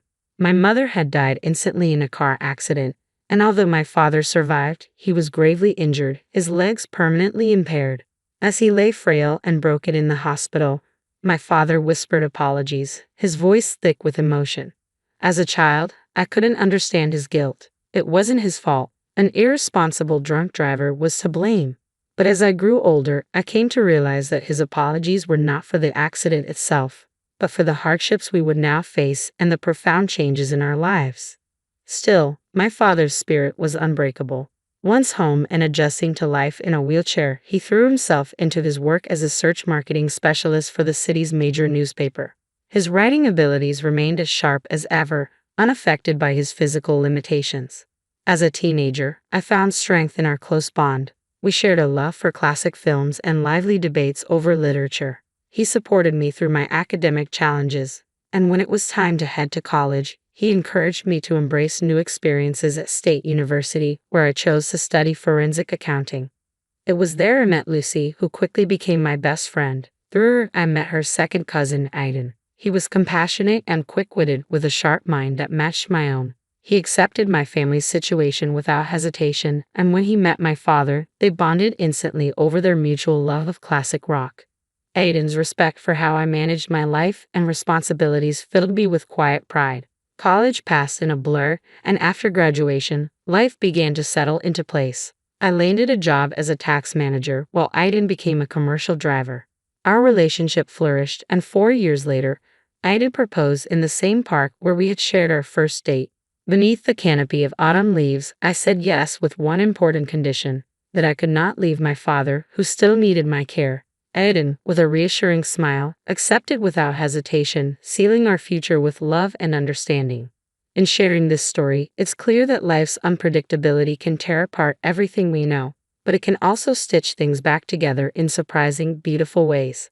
Our current arrangement may have been unconventional, but I wouldn't change it for anything. We all live together quite comfortably now. My father's apartment is spacious enough for the 5 of us. Our wedding was intimate and beautiful. Despite being in a wheelchair, Dad insisted on rolling down the aisle to give me away. There wasn't a dry eye in the room as I held Aiden's hand, feeling like I was living in a fairy tale. But every fairy tale has its challenges, and mine came in the form of my mother-in-law, Natalie, and my sister-in-law, Ruby. From the start, it was clear they disapproved of me. During our first meeting, Natalie had asked, her face twisting in distaste, "So, your father is handicapped?" I corrected her calmly. "He's disabled, but he works as a search marketing specialist." "Oh," she said dismissively, clearly uninterested. "How nice." Her indifference stunned, but it wasn't as hurtful as when she later turned to Aiden and asked, "Are you sure about this? There are plenty of nice girls from reputable families." I felt a rush of indignation, but Aiden immediately stepped in. "Mom, Layla comes from a fine family too. Her dad's disability doesn't change that. I love her, and that's all that matters." His words quieted Natalie for the moment, but I could see her disapproval still lingering in her eyes. Ruby, following her mother's lead, was just as distant. After the wedding, Aiden moved in with Dad and me. We settled into a comfortable routine. I worked at the tax office, and Aiden spent days on the road. When he was home, we enjoyed meals together, but whenever Natalie and Ruby visited, the atmosphere in our home shifted. They paraded around as if they owned the place, barely acknowledging my father. Once I overheard Natalie whisper to Ruby, "It's such a pity Aiden ended up with her and her crippled father. What if they have kids? Can you imagine the genes?" I was livid, but I stayed silent for Aiden's sake. I tried to keep the peace, but it was becoming increasingly difficult. One evening, after another tense visit from Natalie and Ruby, I couldn't hold back my tears. Aiden found me crying in our bedroom. Hey, he comforted me, pulling me close. "What's wrong?" I managed to say through my sobs, "Your mom and sister, they despise me. They think I'm not good enough for you because of Dad." Aiden's expression hardened. "That's absurd. You and Dad are my family now. If they can't accept that, it's their problem, not ours." His words reassured me, but the tension with Natalie and Ruby remained. Over time, Aiden's trucking business thrived, and he was frequently on the road. I missed him during his absences, but I kept busy with work and spent my evenings with Dad. Then, one crisp autumn night, as I helped Dad into bed, Aiden called, his voice full of excitement. "Lee, I've been thinking," he began. "How would you feel about us buying a townhouse? It would be more accessible for Dad in his wheelchair. He could spend more time outdoors, and you could even have a garden to tend to." The more Aiden spoke about the idea, the more intrigued I became. I glanced at my dad, who was trying not to show he'd been eavesdropping on the conversation. "What do you think, Dad?" I asked, switching the phone to speaker mode. His eyes sparkled with excitement. "A garden sounds wonderful," he confessed, a smile breaking across his face. "And it would make getting outside so much easier." That was the deciding moment. Over the next several weeks, Aiden and I dedicated ourselves to finding a new home. Eventually, we discovered the ideal place. A spacious townhouse with wide doorways, a wheelchair-accessible shower for Dad, and a lovely backyard. Although taking out a mortgage was daunting, our combined incomes and the rent from Dad's previous apartment made it possible. We moved in on a sunny Saturday in spring, and I'll always remember the joy on Dad's face as he wheeled out onto our new patio. "This is perfect, sweetie," he beamed, his eyes gleaming with gratitude. In the months that followed, we settled in comfortably. I started a small vegetable garden, and Dad spent hours outside, enjoying the sunshine and fresh air. Life felt blissful. Then came our housewarming party. We invited friends, colleagues, and yes, Natalie and Ruby. They arrived late as usual and immediately surveyed everything with barely hidden envy. During the house tour, Natalie's calculating glances became obvious. When we reached the master bedroom, she leaned in with a sly grin. "You know, Layla," she whispered, "this room would be perfect for Aiden and me. Why don't you send your father to a nursing home? Then I could move in here." I was stunned. "Excuse me," I managed to say, but she continued, undeterred. "Your father isn't well. He doesn't need all this luxury. A nursing home would be enough for him." Before I could respond, she strolled out to the patio, where Dad was chatting with guests. To my horror, she grabbed his wheelchair and began pushing him toward the driveway. "Natalie," I shouted, running after her. "What are you doing? If you want him outside, he can stay right here." I was furious and shaken. Thankfully, Aiden heard the commotion and came running, his face flushed with anger. "Mom," he shouted, his tone sharp, "what are you doing? Let go of Logan's chair now." Natalie looked taken aback by his sternness. "But honey, I don't want to hear it." Aiden cut her off. "You and Ruby need to leave now." After they left, Aiden apologized deeply to both Dad and me. "I'm so sorry," he said, his voice thick with emotion. "I had no idea she'd go this far." Dad reached out, patting Aiden's hand gently. "It's not your fault, son. Some people just don't understand what's important." Life gradually found a new rhythm after the housewarming debacle. Natalie and Ruby kept their distance, which was fine by me. Aiden threw himself into his work, taking on longer hauls to help us manage our new mortgage commitments. It was a challenging time, but it ultimately brought us closer as a family, fortified by resilience and understanding. Balancing my role at the tax office with caring for our home and Dad, the years passed seamlessly. Though Aiden was frequently away, his presence at home always brought us joy. My father's health remained stable, and he enjoyed his days gardening or editing from his workspace at home. Then, one fateful day at work, my phone rang. A chill ran through me as the caller introduced himself as Officer Rodriguez from the Highway Patrol. His words washed over me like cold water as he delivered the heart-wrenching news of Aiden's severe accident. The details of the head-on collision blurred together, the gravity of his words not fully hitting until after the call ended. When reality finally set in, I was left with an emptiness I'd never known. Aiden was no longer with us. The following week passed in a haze of grief and arrangements, carried out in a numb state as I struggled to process the weight of the loss. I knew it was crucial to personally inform Natalie, Aiden's mother, about the tragedy. When I called, her initial sharp tone quickly twisted into harsh accusations, blaming me for Aiden's accident. She claimed his demanding work schedule was my fault, her words leaving me stunned and devastated. She ended the call abruptly, leaving me in tears. Aiden's funeral took place on a gray, drizzly day that mirrored the somber mood. Though his mother and sister were notably absent, the community's heartfelt turnout showed how respected and loved he was. My father stood beside me, offering quiet strength as we braved the sadness together. When we returned home, something felt off. The lights were on, and I could hear movement inside. A bizarre sight, especially since I had double-checked that everything was off before leaving. Fearing a break-in on this already heavy day, I cautiously approached with my father. But as we stepped inside, the voices sounded strangely familiar, revealing a shocking twist. In the living room, I found Natalie and Ruby, surrounded by boxes and scattered furniture. "What on earth is going on?" I asked, confusion briefly breaking through my sorrow. Natalie looked up, her expression a mockery of sympathy. "Oh, Leila, dear," she said smoothly, "we're just helping you pack. After all, you can't afford to stay here now that Aiden's gone." I was too stunned to respond at first. Ruby chimed in with a saccharine smile. "Don't worry, you can move back into your dad's apartment. It's nice and cozy." A surge of anger rose within me. "Get out," I said quietly but firmly, holding back the flood of emotions. "Get out of my house, now." Natalie looked genuinely surprised. "This house is ours now, along with all of Aiden's things. We're his family, after all." I held her gaze, defiant. "Funny, you didn't seem like family today at his funeral." "Oh, that's right, you weren't there." Natalie waved my words away dismissively. "We had other things to take care of. Now, be a good girl and start packing. We need this cleared out by tomorrow." The audacity left me speechless for a moment. They hadn't warned him, hadn't even shown up to honor him, yet they felt entitled to everything we'd built together. "I'm calling the police," I said, reaching for my phone. Natalie and Ruby exchanged a glance, clearly unprepared for resistance. "Leila," Natalie began, but I cut her off. "You have 5 minutes to leave before I call the cops.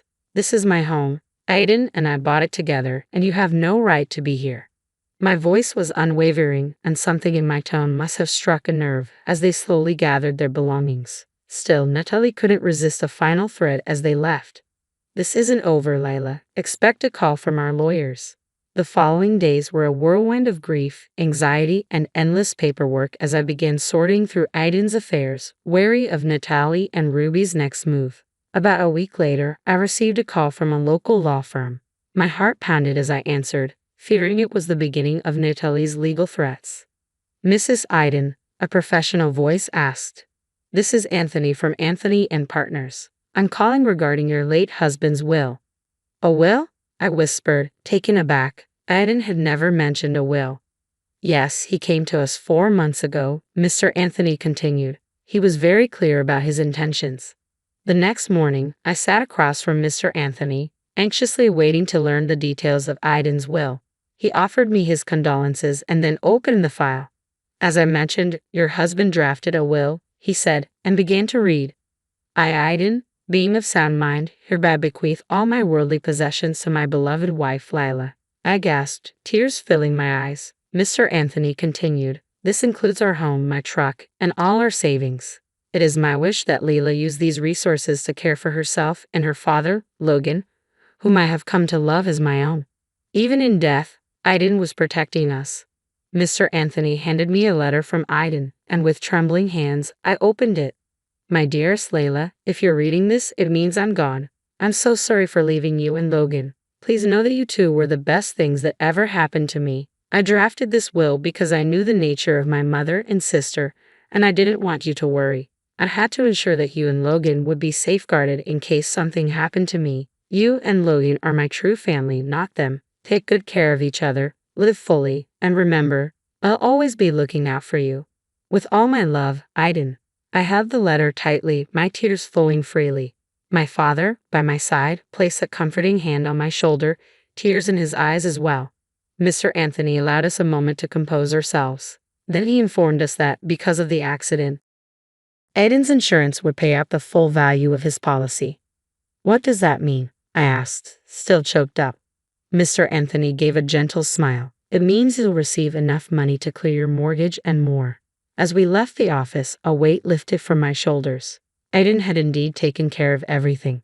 But as we arrived home, I spotted a familiar car nearby. Natalie's sleek sedan. My heart sank. Natalie and Ruby were on our porch, but this time I felt fortified with Aiden's letter in my pocket and his love giving me strength. Layla, Natalie started, her tone overly sweet. We need to talk about Aiden's estate. I stood firm. No, Natalie, we really don't. Aiden left everything to me. It's all legal, and you know why? Because we were his family, not you. Now, please leave. You're trespassing. Natalie was momentarily speechless, and Ruby, looking uneasy, quickly tugged at her arm, urging her to retreat. They left, but I knew they wouldn't give up so easily. In the following weeks, I managed Aiden's affairs, and as promised, the insurance money arrived. It was enough to pay off our mortgage with a bit extra. One afternoon, while sorting through Aiden's things, I discovered a journal in his desk. Inside were his handwritten plans and dreams, including starting a college fund for the children we hoped to have. Reading his words, I felt a deep ache for the future we had planned together. That night, I struggled to sleep, haunted by what might have been. When I finally drifted off, I dreamed of Aiden, smiling and reassuring me that everything would be okay. I awoke with a strange sense of peace, but the following days brought a new, persistent queasiness. At first, I thought it was stress. But soon, a nagging thought crept in. After a week of wondering, I went to the pharmacy and bought a pregnancy test, my hands shaking as I waited for the result. When I finally looked, 2 distinct blue lines confirmed my suspicion. Overwhelmed, I collapsed onto the bathroom floor, a storm of joy, fear, grief, and hope washing over me. My dad knocked, his voice concerned. Layla, everything okay in there? I opened the door, tears streaming down my cheeks, and held up the test. I'm pregnant, Dad. He pulled me into a tight embrace, comforting me with the same tenderness he had shown me when I was a child. It's okay, he soothed. You're not alone in this. This baby is a blessing, a part of Aiden that will live on. His words resonated deeply. This child was not only a continuation of my love with Aiden, but also a symbol of new beginnings. My fears started to dissolve, replaced by a newfound strength. You're right, I said, wiping away my tears. This baby is a blessing and will be just fine. Dad smiled warmly, his eyes crinkling with affection. That's my girl. Now, let's get something to eat. You're eating for 2 now. As we went to the kitchen, I felt a renewed sense of hope and purpose. Dad became my rock, constantly encouraging me as we prepared for the baby's arrival. One sunny afternoon, while I was tending the garden we had built together, a familiar car pulled up, breaking the peaceful moment. It was Natalie and Ruby. They approached the porch with expressions of discomfort and desperation. Layla, Natalie began, her sharp tone now softened by circumstance. We need to talk. We've hit some hard times. Could we possibly stay in your dad's old apartment, just until we get back on our feet? Their audacity stunned me, but I remained calm. I'm sorry, but that's not possible, I said firmly. I don't wish to maintain contact with either of you anymore. Natalie's gaze dropped to my belly, her face twisting with disdain. You're pregnant already, you little? Her words dripped with venom. But I stayed composed, refusing to let her affect me. My personal life is none of your business, I replied calmly. Natalie, realizing she was defeated, huffed in frustration before turning on her heel, pulling Ruby along. As they left, a profound peace washed over me. I had defended my family and upheld my dignity. And I knew, without a doubt, that Aiden would have been proud. Hi, my name is Amy, and I work as a nurse. After another bustling day at the local hospital, a place I'm grateful has no night shifts, I finally arrived home, a bit later than usual. I'm home, I called out as I stepped through the door.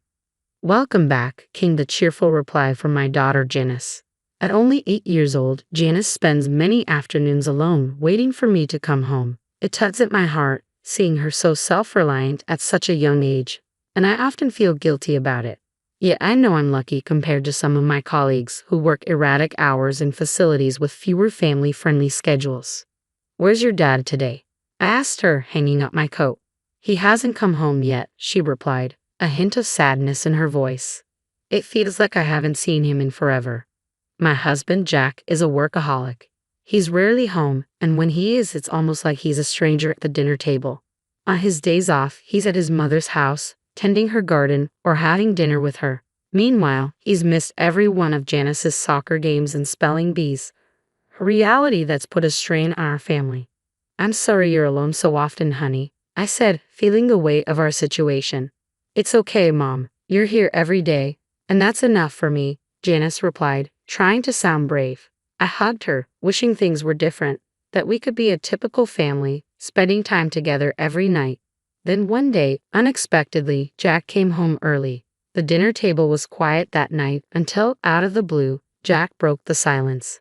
Hey, why don't we go to Hawaii for the holidays? He said. I was stunned, barely able to believe my ears. After all this time, Jack was suddenly proposing a family trip. We hadn't taken a proper vacation in years. Janice was over the moon. We can go to Hawaii. I want to go. I want to go, she shouted excitedly, her happiness infectious. Reluctantly, I agreed. I had mixed feelings about it, especially when I realized that Jack had planned the trip around his mother Charlotte's birthday. Despite my reservations, I couldn't deny Janice this opportunity. The day of the trip arrived, and both Jack and I were busy with work. We planned to meet at the airport, but my day ran later than expected, and Janice and I barely made it in time, arriving breathless and frazzled. But when we looked around, Jack and Charlotte were nowhere to be seen. Confusion turned to frustration. Where could they have gone?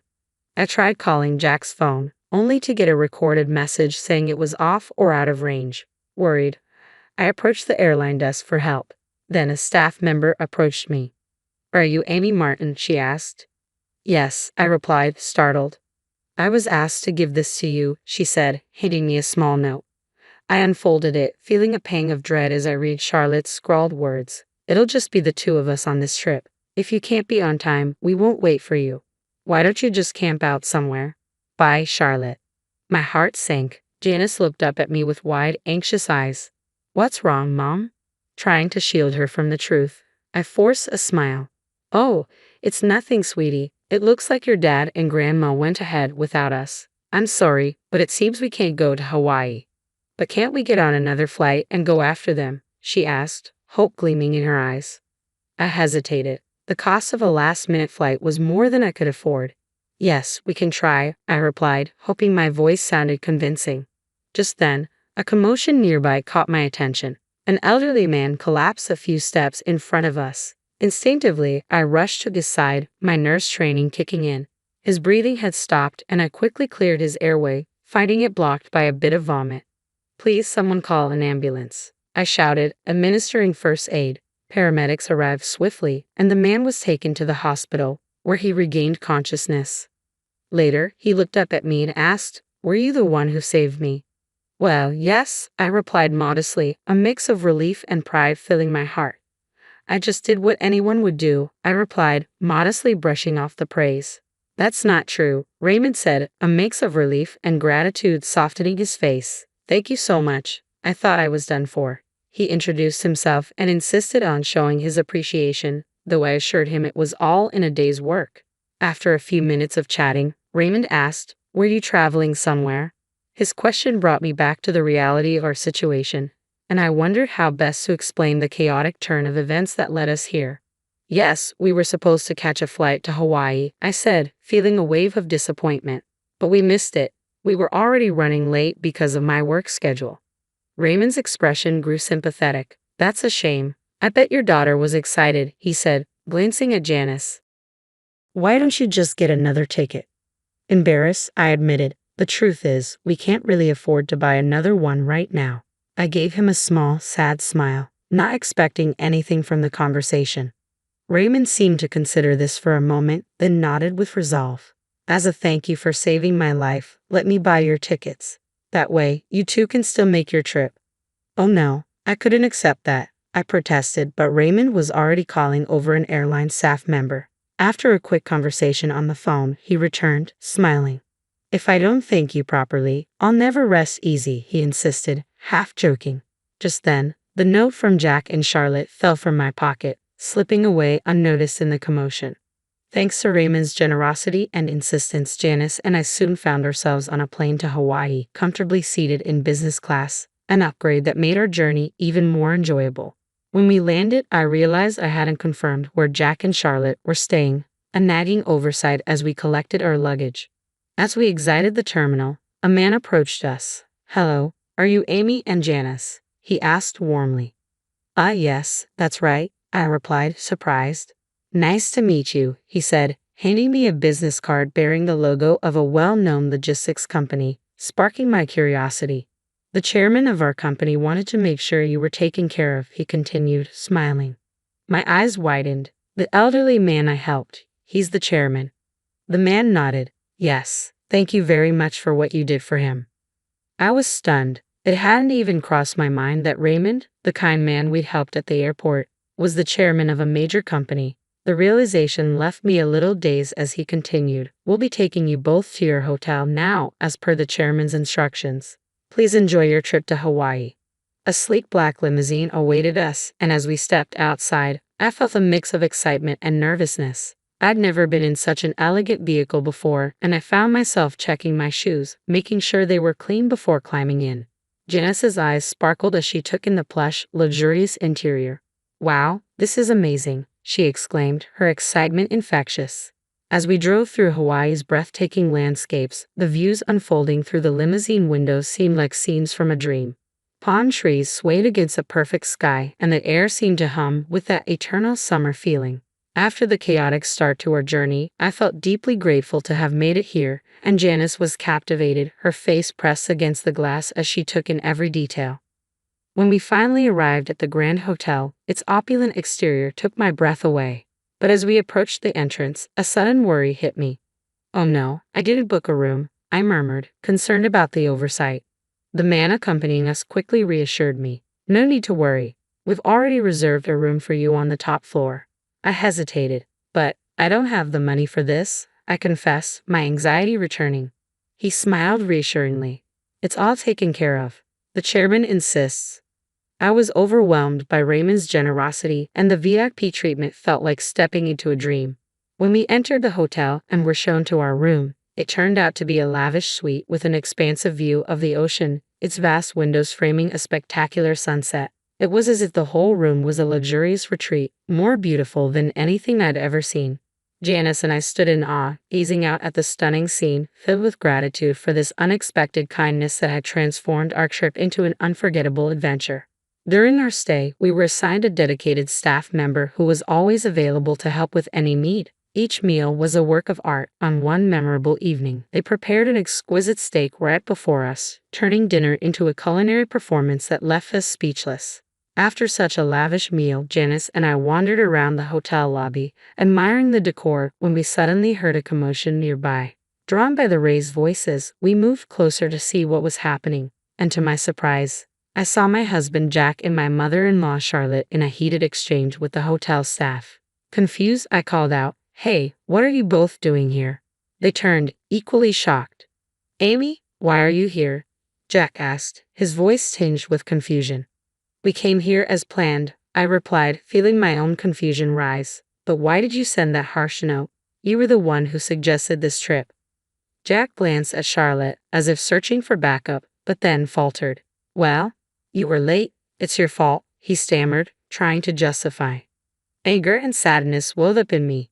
Yes, we were late, but telling us to just camp out was uncalled for. That wasn't right. Charlotte stood by, unmoved, which only deepened my sense of betrayal. Turning back to the hotel staff, I asked, "What's going on here?"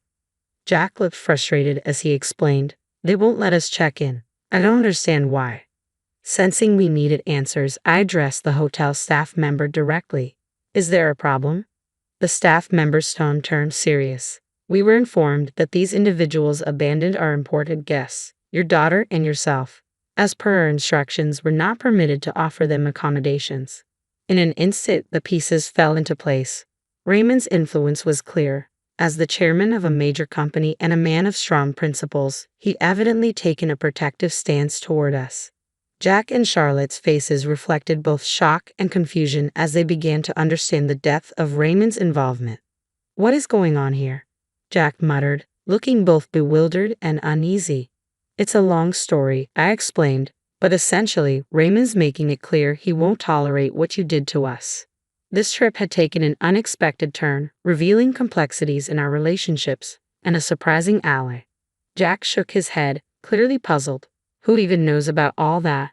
Reaching into my bag, I pulled out Raymond's business card, the one given to me when we arrived. Jack's face drained of color as he read the name. This is from a major client of mine, he stammered, his hands beginning to shake. Charlotte turned pale too. Are you saying you know the chairman of this company? Yes, I replied. I helped him when he collapsed at the airport, and to thank us he booked our flight and this hotel. Charlotte's face lost all color, and she seemed to sway on her feet. Mom, are you okay? Jack asked, reaching out to steady her. I approached cautiously, concerned despite the tension. He's in the same gym club as me, Raymond explained. I see him occasionally, and everyone there respects him. But what a coincidence this is. Charlotte was visibly shaken by the unexpected connection, while Jack simply nodded, stunned. Such a small world, he murmured, feeling the weight of it all. Before this encounter, I had no idea there was any link between Raymond and Charlotte, but when Raymond had discovered the note I dropped at the airport, it became clear. He picked it up and read it, his expression shifting to disbelief. Amy, what on earth is this? He'd asked, his voice mixing shock and disapproval. Hesitantly, I explained how Jack and Charlotte had left us behind. His reaction had been immediate. How horrible, unforgivable, he declared, his tone leaving no room for doubt. From then on, his actions reflected a clear stance on our situation. As Raymond pieced together the details, he asked, Is your mother-in-law's last name Martin? Charlotte Martin? Yes, that's her, I confirmed, still reeling from the series of revelations. Raymond nodded, saying he knew Charlotte from his gym and expressing his disbelief that she would abandon family. Turning back to Jack and Charlotte, I couldn't suppress a smirk at the irony. Well, since you two plan to go on this trip together, I guess Janice and I will just enjoy it on our own, I said. Charlotte, maybe you could camp out here for a night under the Hawaiian stars. How's that sound? That's terrible. You're the rudest person ever. They protested, clearly missing the irony of having their own words thrown back at them. They called me rude, yet it was their dismissive message that had started this. I chuckled, taking Janice's hand. Let's go, I said, leaving them behind as the hotel staff firmly turned them away. We don't have rooms for you both at this hotel, they were told, finally forced to leave. And so Janice and I enjoyed our trip, just the two of us. The bond between Janice and her father was nearly severed, and I felt no urgency to repair it. Raymond's kindness in making this vacation possible had turned what began as a troubling experience into a beautiful adventure, one that refreshed and delighted us both. When we returned home, we were full of gratitude and happy memories. Jack, however, returned looking exhausted and defeated. As it turned out, Raymond's influence extended further than I'd imagined. No hotel in Hawaii had been willing to take them in, leaving Jack and Charlotte to camp outdoors. Jack also faced repercussions at work when his boss informed him that Raymond's company was considering canceling their contract due to his behavior. Meanwhile, Charlotte's gym friends grew distant, treating her coldly enough that she eventually left the club altogether. Once dedicated to fitness, she now spent her days in front of the television, a shadow of her former self. This ordeal made it clear that our marriage was over. We decided to divorce, with Janice's custody naturally going to me. I didn't seek alimony or child support, confident in my ability to support her on my own. It all felt surreal, as if fate itself had guided these events. Being late to the airport that day had led me to meet Raymond, an acquaintance of Charlotte's, and that simple act of kindness had brought us an unforgettable vacation. Looking back, I felt no regrets. Jack's priorities had always clashed with mine, often putting Charlotte's needs above ours. Now, with Janice by my side, I felt complete. The joy she brought me outweighed any sorrow from the past, and together, we looked forward to a happy, fulfilling future. Just the two of us. I met John shortly after graduating from college. He swept me off my feet with his charm and ambition, and before I knew it, we were married and living in the small apartment he had purchased before our wedding. It wasn't much, but it was ours, and I loved every inch of it. Soon after, our daughter Sarah was born, perfect, with John's blue eyes and my curly hair. It felt like we had everything: a loving family, a cozy home, and promising careers ahead of us.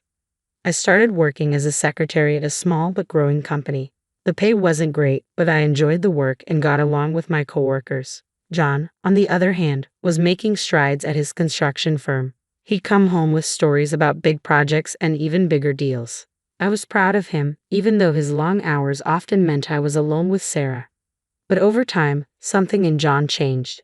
He'd come home late, his eyes narrowed with suspicion. "Who called?" he'd demand. "Why were you all dressed up?" At first, I laughed it off, but soon his jealousy became suffocating. One night, after a long interrogation about a work event, I snapped, "You think I'm cheating?" "With who, John?" "The mailman." He didn't crack a smile. "Don't play dumb, Kelly. I see how men look at you. And your boss, he's happily married with 3 kids. I cut him off, desperate. "For God's sake, John, I'm your wife. I love you." But my words fell on deaf ears. The arguments became more frequent, each one chipping away at our marriage. I had always been faithful, always would be, but his distress was poisoning everything. Through it all, Sarah remained blissfully unaware. At 10, her world revolved around school, friends, and her iPad. I tried to shield her from our fights, but kids always know more than we think. The irony wasn't lost on me. John was the one always coming home late, always going on business trips. If anyone had reason to be suspicious, it was me. But I trusted him. I believed in our vows, in our love. Why couldn't he do the same? One night, after a particularly nasty fight, I found myself lying awake, staring at the ceiling. John's soft snores filled the room, but I felt a million miles away from him. How had we gotten here? When had love turned into suspicion? Trust into accusation? I thought about leaving, about taking Sarah and starting over. But where would we go? What kind of life could I give her on a secretary's salary? And despite everything, I still loved John, the man he used to be, the man I hoped he could be again. Just when I thought things couldn't get more complicated, life threw me another curveball. My mom, the rock I'd always leaned on, had a stroke. It came out of nowhere, leaving us all reeling. Mom had always been healthy, throwing herself into gardening and book clubs after Dad's death. She lived in a gorgeous house in the fancy part of town, courtesy of Dad's life insurance and smart investments. I used to joke that she was living the life of a retired movie star. But that Tuesday morning changed everything. I got the call at work. Mom couldn't speak, couldn't move her left side. I rushed to the hospital, my heart in my throat. The next few weeks were a blur of hospitals, doctors, and terrifying medical jargon. I visited every top clinic in the area, desperate for someone to tell me that Mom would be okay. But the prognosis wasn't good. The stroke had left her bedridden, needing round-the-clock care. I was overwhelmed. How could I take care of Mom, manage my job, look after Sarah, and deal with John's jealousy all at once? It felt like drowning in slow motion. Then, out of the blue, John suggested something. "We should move into your mom's house," he said one night over dinner. I nearly choked on my pasta. "What?" "Think about it, Kelly," he continued, his eyes lighting up. "It's a great house in a fantastic neighborhood. Sarah would have her own room, maybe even a playroom. Your mom needs care, and you'd be right there. Plus, we could rent out this apartment for some extra cash." I had to admit, it made sense. Mom's house was far nicer than our apartment, and the idea of not having to commute to take care of her was appealing. But still, it felt weird. "I don't know, John. It's Mom's house. We can't just barge in." He insisted. "I bet she'd love the company. It's better than a nursing home, right?" He had a point. Mom had always made it clear she didn't want to end up in a nursing home. Maybe this could work. The next day, I brought up the idea with Mom. To my surprise, her face lit up at the suggestion. "Oh, Kelly," she said, her voice weak but excited. "I'd love that. This old house needs some life in it again." And just like that, it was decided. We were moving into Mom's house. As I started packing up our apartment, I couldn't shake the feeling that this was the beginning of something big. But I didn't know if it would be good or bad. John was over the moon about the move. He kept talking about the garden he'd plant, the man cave he'd set up in the basement. Even Sarah seemed excited about having a bigger room. Moving into Mom's house brought a whole new set of challenges. Taking care of a stroke patient was a full-time job, one I wasn't equipped to handle on my own. After a week of sleepless nights and stress-filled days, I hired a nurse to help during the day. Nurse Jenny was a godsend. She arrived every morning at 8 and stayed until 6, taking care of Mom's basic needs. but evenings and nights were all on me. I'd come home from work, exhausted, only to start my second shift as mom's caretaker. The stroke had affected her speech, leaving her frustrated and often silent. I'd change her diaper, giving her as much dignity as I could. Then came the sponge bath, the massage to keep her muscles from atrophying, the meds, and finally dinner. It was grueling work, both physically and emotionally. Seeing my vibrant, independent mother reduced to this state broke my heart every day. But I did it because I loved her, because she would have done the same for me. What I didn't expect was Sarah's reaction to her grandmother's condition. At 11, I thought she'd be old enough to understand, to help out even. But boy, was I wrong. One evening, as I was heading to Mom's room, I saw Sarah dart past me, her hand clamped firmly over her nose. "Sarah," I called out, "where are you going? Don't you want to say hi to Grandma?" She shook her head violently. "No way. It smells gross in there." I was taken aback. "Sarah, that's not a nice thing to say. Grandma needs our help and support right now." "I don't care," she spat back, her voice full of disdain. "She's disgusting. I'm not going near her." Before I could say anything else, she stormed off to her room, slamming the door behind her. I stood there, stunned and hurt, trying to process what had just happened. Where had my sweet little girl gone? I turned to John for support, but when I needed him most, I found nothing. "Not my problem," he would say every time I asked for help with Mom. "I didn't sign up for this." It stung, but I couldn't entirely blame him. None of us had signed up for this life. Still, as I watched him play video games with Sarah or take her out for ice cream while I was elbow-deep in adult diapers and medication schedules, I couldn't help but feel resentful. The one silver lining, though, was seeing how close John and Sarah had become. They'd always had a good relationship, but now it seemed even stronger. I'd hear them laughing together in the living room or see them huddled over Sarah's homework at the kitchen table. It warmed my heart, even as it made me feel more isolated. 2 years passed in a blur of bedpans, medications, and stolen moments of sleep.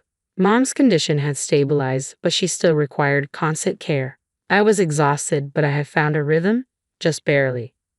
Then, on an ordinary Tuesday, everything fell apart. The phone rang while I was changing Mom's sheets. It was Mrs. Peterson, our old neighbor from the apartment complex. "Kelly, dear," she said, her voice laced with concern. "I thought you should know. I've been seeing John around quite a bit with a company of young women, different ones, always very pretty." I thanked her and hung up, my mind reeling. That night, I confronted John. "Oh, those are just potential tenants," he said smoothly, brushing me off, and showing them the apartment. I wanted to believe him. I really did. But the seed of doubt had already been planted, and it was growing like a weed. A week later, I found the lipstick stain. It was on the collar of his white shirt, a perfect crimson kiss. My hand shook as I held it up to the light, trying to convince myself it was just a pen mark or a food stain. But deep down, I knew better. I waited until his next business trip to make my move. With trembling hands, I unlocked the door to our old apartment. The sounds coming from the bedroom confirmed my worst fears before I'd even opened the door. There was John in our bed with a woman I'd never seen before. They scrambled to cover themselves, but the damage was done. "What are you doing here?" John exclaimed, not even having the decency to look ashamed. I couldn't speak. I just stood there, staring at the scene before me, feeling my world crumble around me. "Look, Kelly," he said coldly, "I'm sorry you had to find out this way, but let's be honest. I'm bored. You're always busy with your mom. This is exciting." His words cut deeper than any knife. Without a word, I turned and left, my mind already racing toward what I needed to do next. The divorce proceedings were ugly. John fought me every step of the way. But in the end, we stood before a judge dividing up our life together as if it were nothing more than assets on a balance sheet. Then came the hardest part, custody of Sarah. At 12, Sarah was old enough to have a say, and her choice broke my heart. "I want to live with Dad," she declared, her voice steady. "I don't want to be around Grandma anymore. It's gross and depressing, and Mom's always trying to make me help." The judge nodded sympathetically, taking into account John's higher income, the stability he could provide, and Sarah's clear preference. In the end, John was awarded primary custody. I was devastated, but I tried to focus on what was best for Sarah. John could offer her opportunities I couldn't. Private school, dance lessons, summer camps. We agreed on weekends and holidays for me, A schedule that looked neat and tidy on paper but felt like a gaping wound in my heart as I watched Sarah pack her things, excitedly chatting about her new room at Dad's. I felt like I was losing everything. My marriage was over. My daughter was leaving, and I was left with a house that felt more like a hospital than a home. The first few months after the divorce were tough, but I clung to my weekends with Sarah like a lifeline. We'd go to the movies, have ice cream in the park, or just hang out at home. It wasn't perfect, but it was something. Then, slowly, things began to change. Sarah started canceling plans. "I have a sleepover," she'd say. "Dad's taking me to a concert." I tried to be understanding, to be the cool mom who didn't make a fuss, but each cancellation felt like a knife twisting in my gut. Soon, the cancellations became more frequent. Weeks would go by without a visit. My calls went straight to voicemail, and text messages were met with one-word responses, if I got any response at all.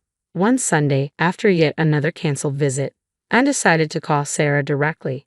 The phone rang once, twice, then went to voicemail. I tried again. This time, a robotic voice informed me that the number I was trying to reach had blocked my calls. My hand shook as I dialed John's number. "What do you want, Kelly?" His voice was cold, annoyed. "John, I can't reach Sarah. She's blocked my number. What's going on?" There was a long pause. "Look, Kelly, Sarah doesn't want to talk to you right now. You need to respect that. She's my daughter.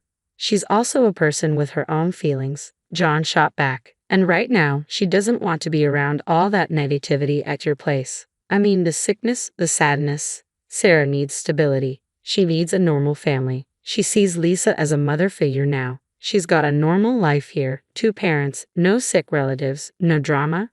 Why can't you just let her be happy?" I couldn't speak. Tears streamed down my face, and I was thankful John couldn't see me. "Look," he continued, his voice softening slightly. "I know this is hard, but if Sarah doesn't want to see you right now, you need to respect that. Don't force it. It'll only push her away more." I wanted to scream, to argue, to demand my rights as a mother, but a small, rational part of my brain whispered that he might be right. If I pushed too hard, I might lose Sarah forever. I sank to the floor, phone clutched to my chest, and sobbed. My little girl, my Sarah, didn't want me anymore. Someone else was being her mother, kissing her goodnight, helping with homework, sharing the moments I was missing. Mom found me hours later, still on the floor. She'd managed to shuffle over with her walker, her face creased with concern. "Kelly," she said, her voice stronger than it had been in months. "What's wrong, sweetheart?" I looked up at her, this woman who'd been my rock for so long, who I'd been taking care of for years. In that moment, our roles reversed again. I was the child, seeking comfort from my mother. "Oh, Mom," I cried, reaching for her hand. "I've lost her. I've lost my baby girl." Mom squeezed my hand, her touch still weak but full of love. "No, Kelly, you haven't lost her. She's just lost right now. She'll find her way back to you. You'll see." 14 years, it's amazing how time can fly by and drag on simultaneously. Mom's condition improved slightly over the years. She regained some mobility and speech, but caring for her remained a full-time job. When she passed away peacefully in her sleep, I felt a mixture of grief and shamefully relief. Suddenly, I found myself alone in this big, empty house. The silence was deafening. No more beeping medical equipment. No more schedules for medications and therapy sessions. Just me, rattling around in rooms full of memories. Then, out of the blue, my phone rang. The number was unfamiliar, but the voice, I'd know it anywhere. "Mom, it's Sarah. I was hoping we could meet to talk." We arranged to meet at a cafe downtown. As I waited, my hand shook around my coffee cup. I spotted a young woman entering. It took me a moment to realize it was Sarah. Gone was the gangly preteen I remembered. In her place stood a poised, beautiful young woman. "Hi, Mom," she said, sliding into the seat across from me. We made awkward small talk at first. She filled me in on her life, her job in marketing, her hobbies, her friends. Then she dropped the bombshell. "I'm getting married," she said, pulling an envelope from her purse. "Here's an invitation." My heart swelled with joy and a tinge of sadness. My little girl, getting married, and I'd missed so much. "Oh, Sarah, that's wonderful news. I'm so happy for you." She cut me off abruptly. "Actually, Mom, that's kind of why I wanted to meet. I was hoping to talk about Grandma's inheritance. The house, her savings. I want them." I felt like I'd been slapped. "Excuse me." "Look, Mom," she said, leaning forward. That house is in a great area. It's worth a fortune. After the wedding, Jake and I want to live there. Start our family there. Anger bubbled up inside me. Sarah, you haven't set foot in that house in over a decade. You said it disgusted you. You called it a tomb. She waved her hand dismissively. I was just a kid then, but I've grown up now. Times have changed, and let's face it, I'm Grandma's only grandchild. She would have wanted me to have the house. I could hardly believe what I was hearing. Wanted you to have it, Sarah. You didn't even come to her funeral. You didn't call or write for years. That's ancient history, she snapped. The point is that house should be mine. I deserve a comfortable life. Deserve? I asked, my voice shaking with rage. You didn't lift a finger to help when Grandma was sick. I gave up my life to care for her. And now you think you deserve her house. Sarah's face hardened. Fine, if that's how you want to play it, I'll sue. I'll get what's rightfully mine. She stood up abruptly, snatching the wedding invitation off the table. You know what? Forget it. You're not invited to the wedding. I don't need your negativity there, and I don't need your permission to take what's mine. I sat there, stunned. The daughter I had loved, missed, and longed for all these years was gone. In her place stood a stranger, cold, greedy, and unrecognizable. The days that followed our disastrous meeting passed in a blur of anger, grief, and a deep, numbing emptiness. But as time wore on, something unexpected happened. I felt relieved. The heavy weight of hoping for reconciliation, of longing for a relationship with Sarah, seemed to lift. In its place, there was a strange sort of peace. I didn't attend Sarah's wedding. I didn't send a gift or a card. Instead, I spent the day volunteering at a local animal shelter, finding comfort in the unconditional love of abandoned pets who needed care. It felt fitting somehow. Curiosity got the better of me a few days later, and I found myself scrolling through Sarah's social media. There she was, radiant in white, smiling up at her new husband. For a moment, my heart clenched with the pain of what might have been. But then I saw it. A long, rambling post about her cruel mother who refused to attend the wedding and withheld her rightful inheritance out of spite. I read it twice, marveling at the sheer audacity of her lies. Part of me wanted to comment, to set the record straight, but what was the point? The people who mattered, my family, those who had seen me care for Mom all those years, knew the truth. As for everyone else, well, their opinions, based on a stranger's social media posts, weren't my concern. A week later, my cousin Jeannie called. Callie, I thought you should know, she said, her voice a mix of anger and concern. Sarah's been talking about suing you for your mom's estate. I sighed, not surprised. Let her try. That's just it, Jeannie continued. Apparently, she talked to a lawyer. He told her she doesn't have a leg to stand on. Your mom left everything to you, clear as day. I chuckled. Of course Mom had made sure of that. She was always the practical one. Thanks for letting me know, Jeannie, I said. But honestly, I don't care what Sarah does anymore. She's made her choices. There was a pause on the other end of the line. Then Jeannie said, I'm proud of you, Kelly. After everything you've been through, you deserve some peace. As I hung up the phone, I looked around the house. Mom's house, now my house. Every corner held memories, some painful, some beautiful. But for the first time in years, I felt like I could breathe here. I walked to the window, looking out at the garden Mom had loved so much. It had gotten a bit overgrown in recent years, but I could still see its potential. Maybe it was time to bring some life back to it. As I stood there, planning my next trip to the garden center, I realized something. The chapter of my life that revolved around Sarah, the hope, the pain, the longing, was finally closing. But that didn't mean my story was over. Far from it. The garden was in full bloom when the call came. I had spent the past few months throwing myself into its restoration, finding solace in the simple act of nurturing life.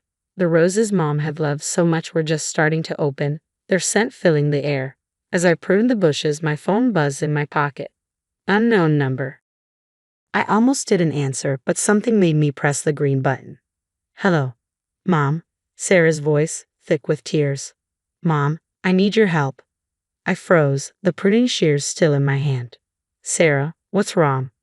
I'm pregnant, she sobbed, and we're struggling. Mom, I need money. You have to help me. You can't leave your grandchild without anything.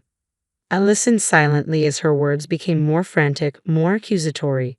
You abandoned me, Mom. You never tried to contact me, never fought for me, and now you're going to abandon your grandchild too. Something inside me snapped. not with anger, but with calm, unshakable resolve. Sarah, I said, my voice steady. That's enough.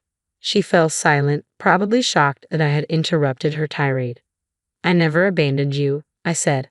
I sent child support every month without fail. I called, I texted, I emailed. You blocked my number. You chose your stepmother. You made your decisions and I respected them, even when it broke my heart.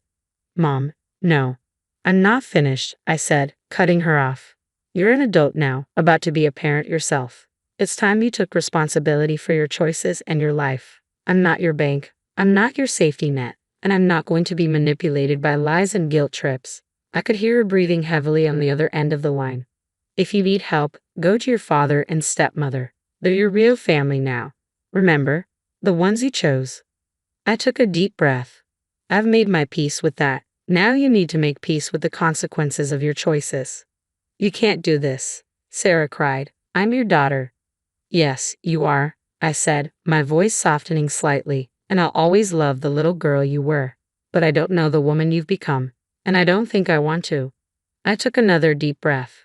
Goodbye, Sarah. I wish you and your child well. But please, don't contact me again. I ended the call before she could respond. My hand shook slightly as I lowered the phone. For a moment, I stood there in the garden, surrounded by the life I had nurtured, feeling the weight of what had just happened. But then, slowly, I felt a lift. The last ties binding me to a painful past had been cut. The last what-ifs laid to rest. I looked around at the garden, at the house beyond. This was my life now, not defined by loss or regret, but by the choices I made going forward. I picked up my pruning shears and turned back to the rose bush. There was still work to be done, still beauty to cultivate. And for the first time in as long as I could remember, I felt truly, completely free.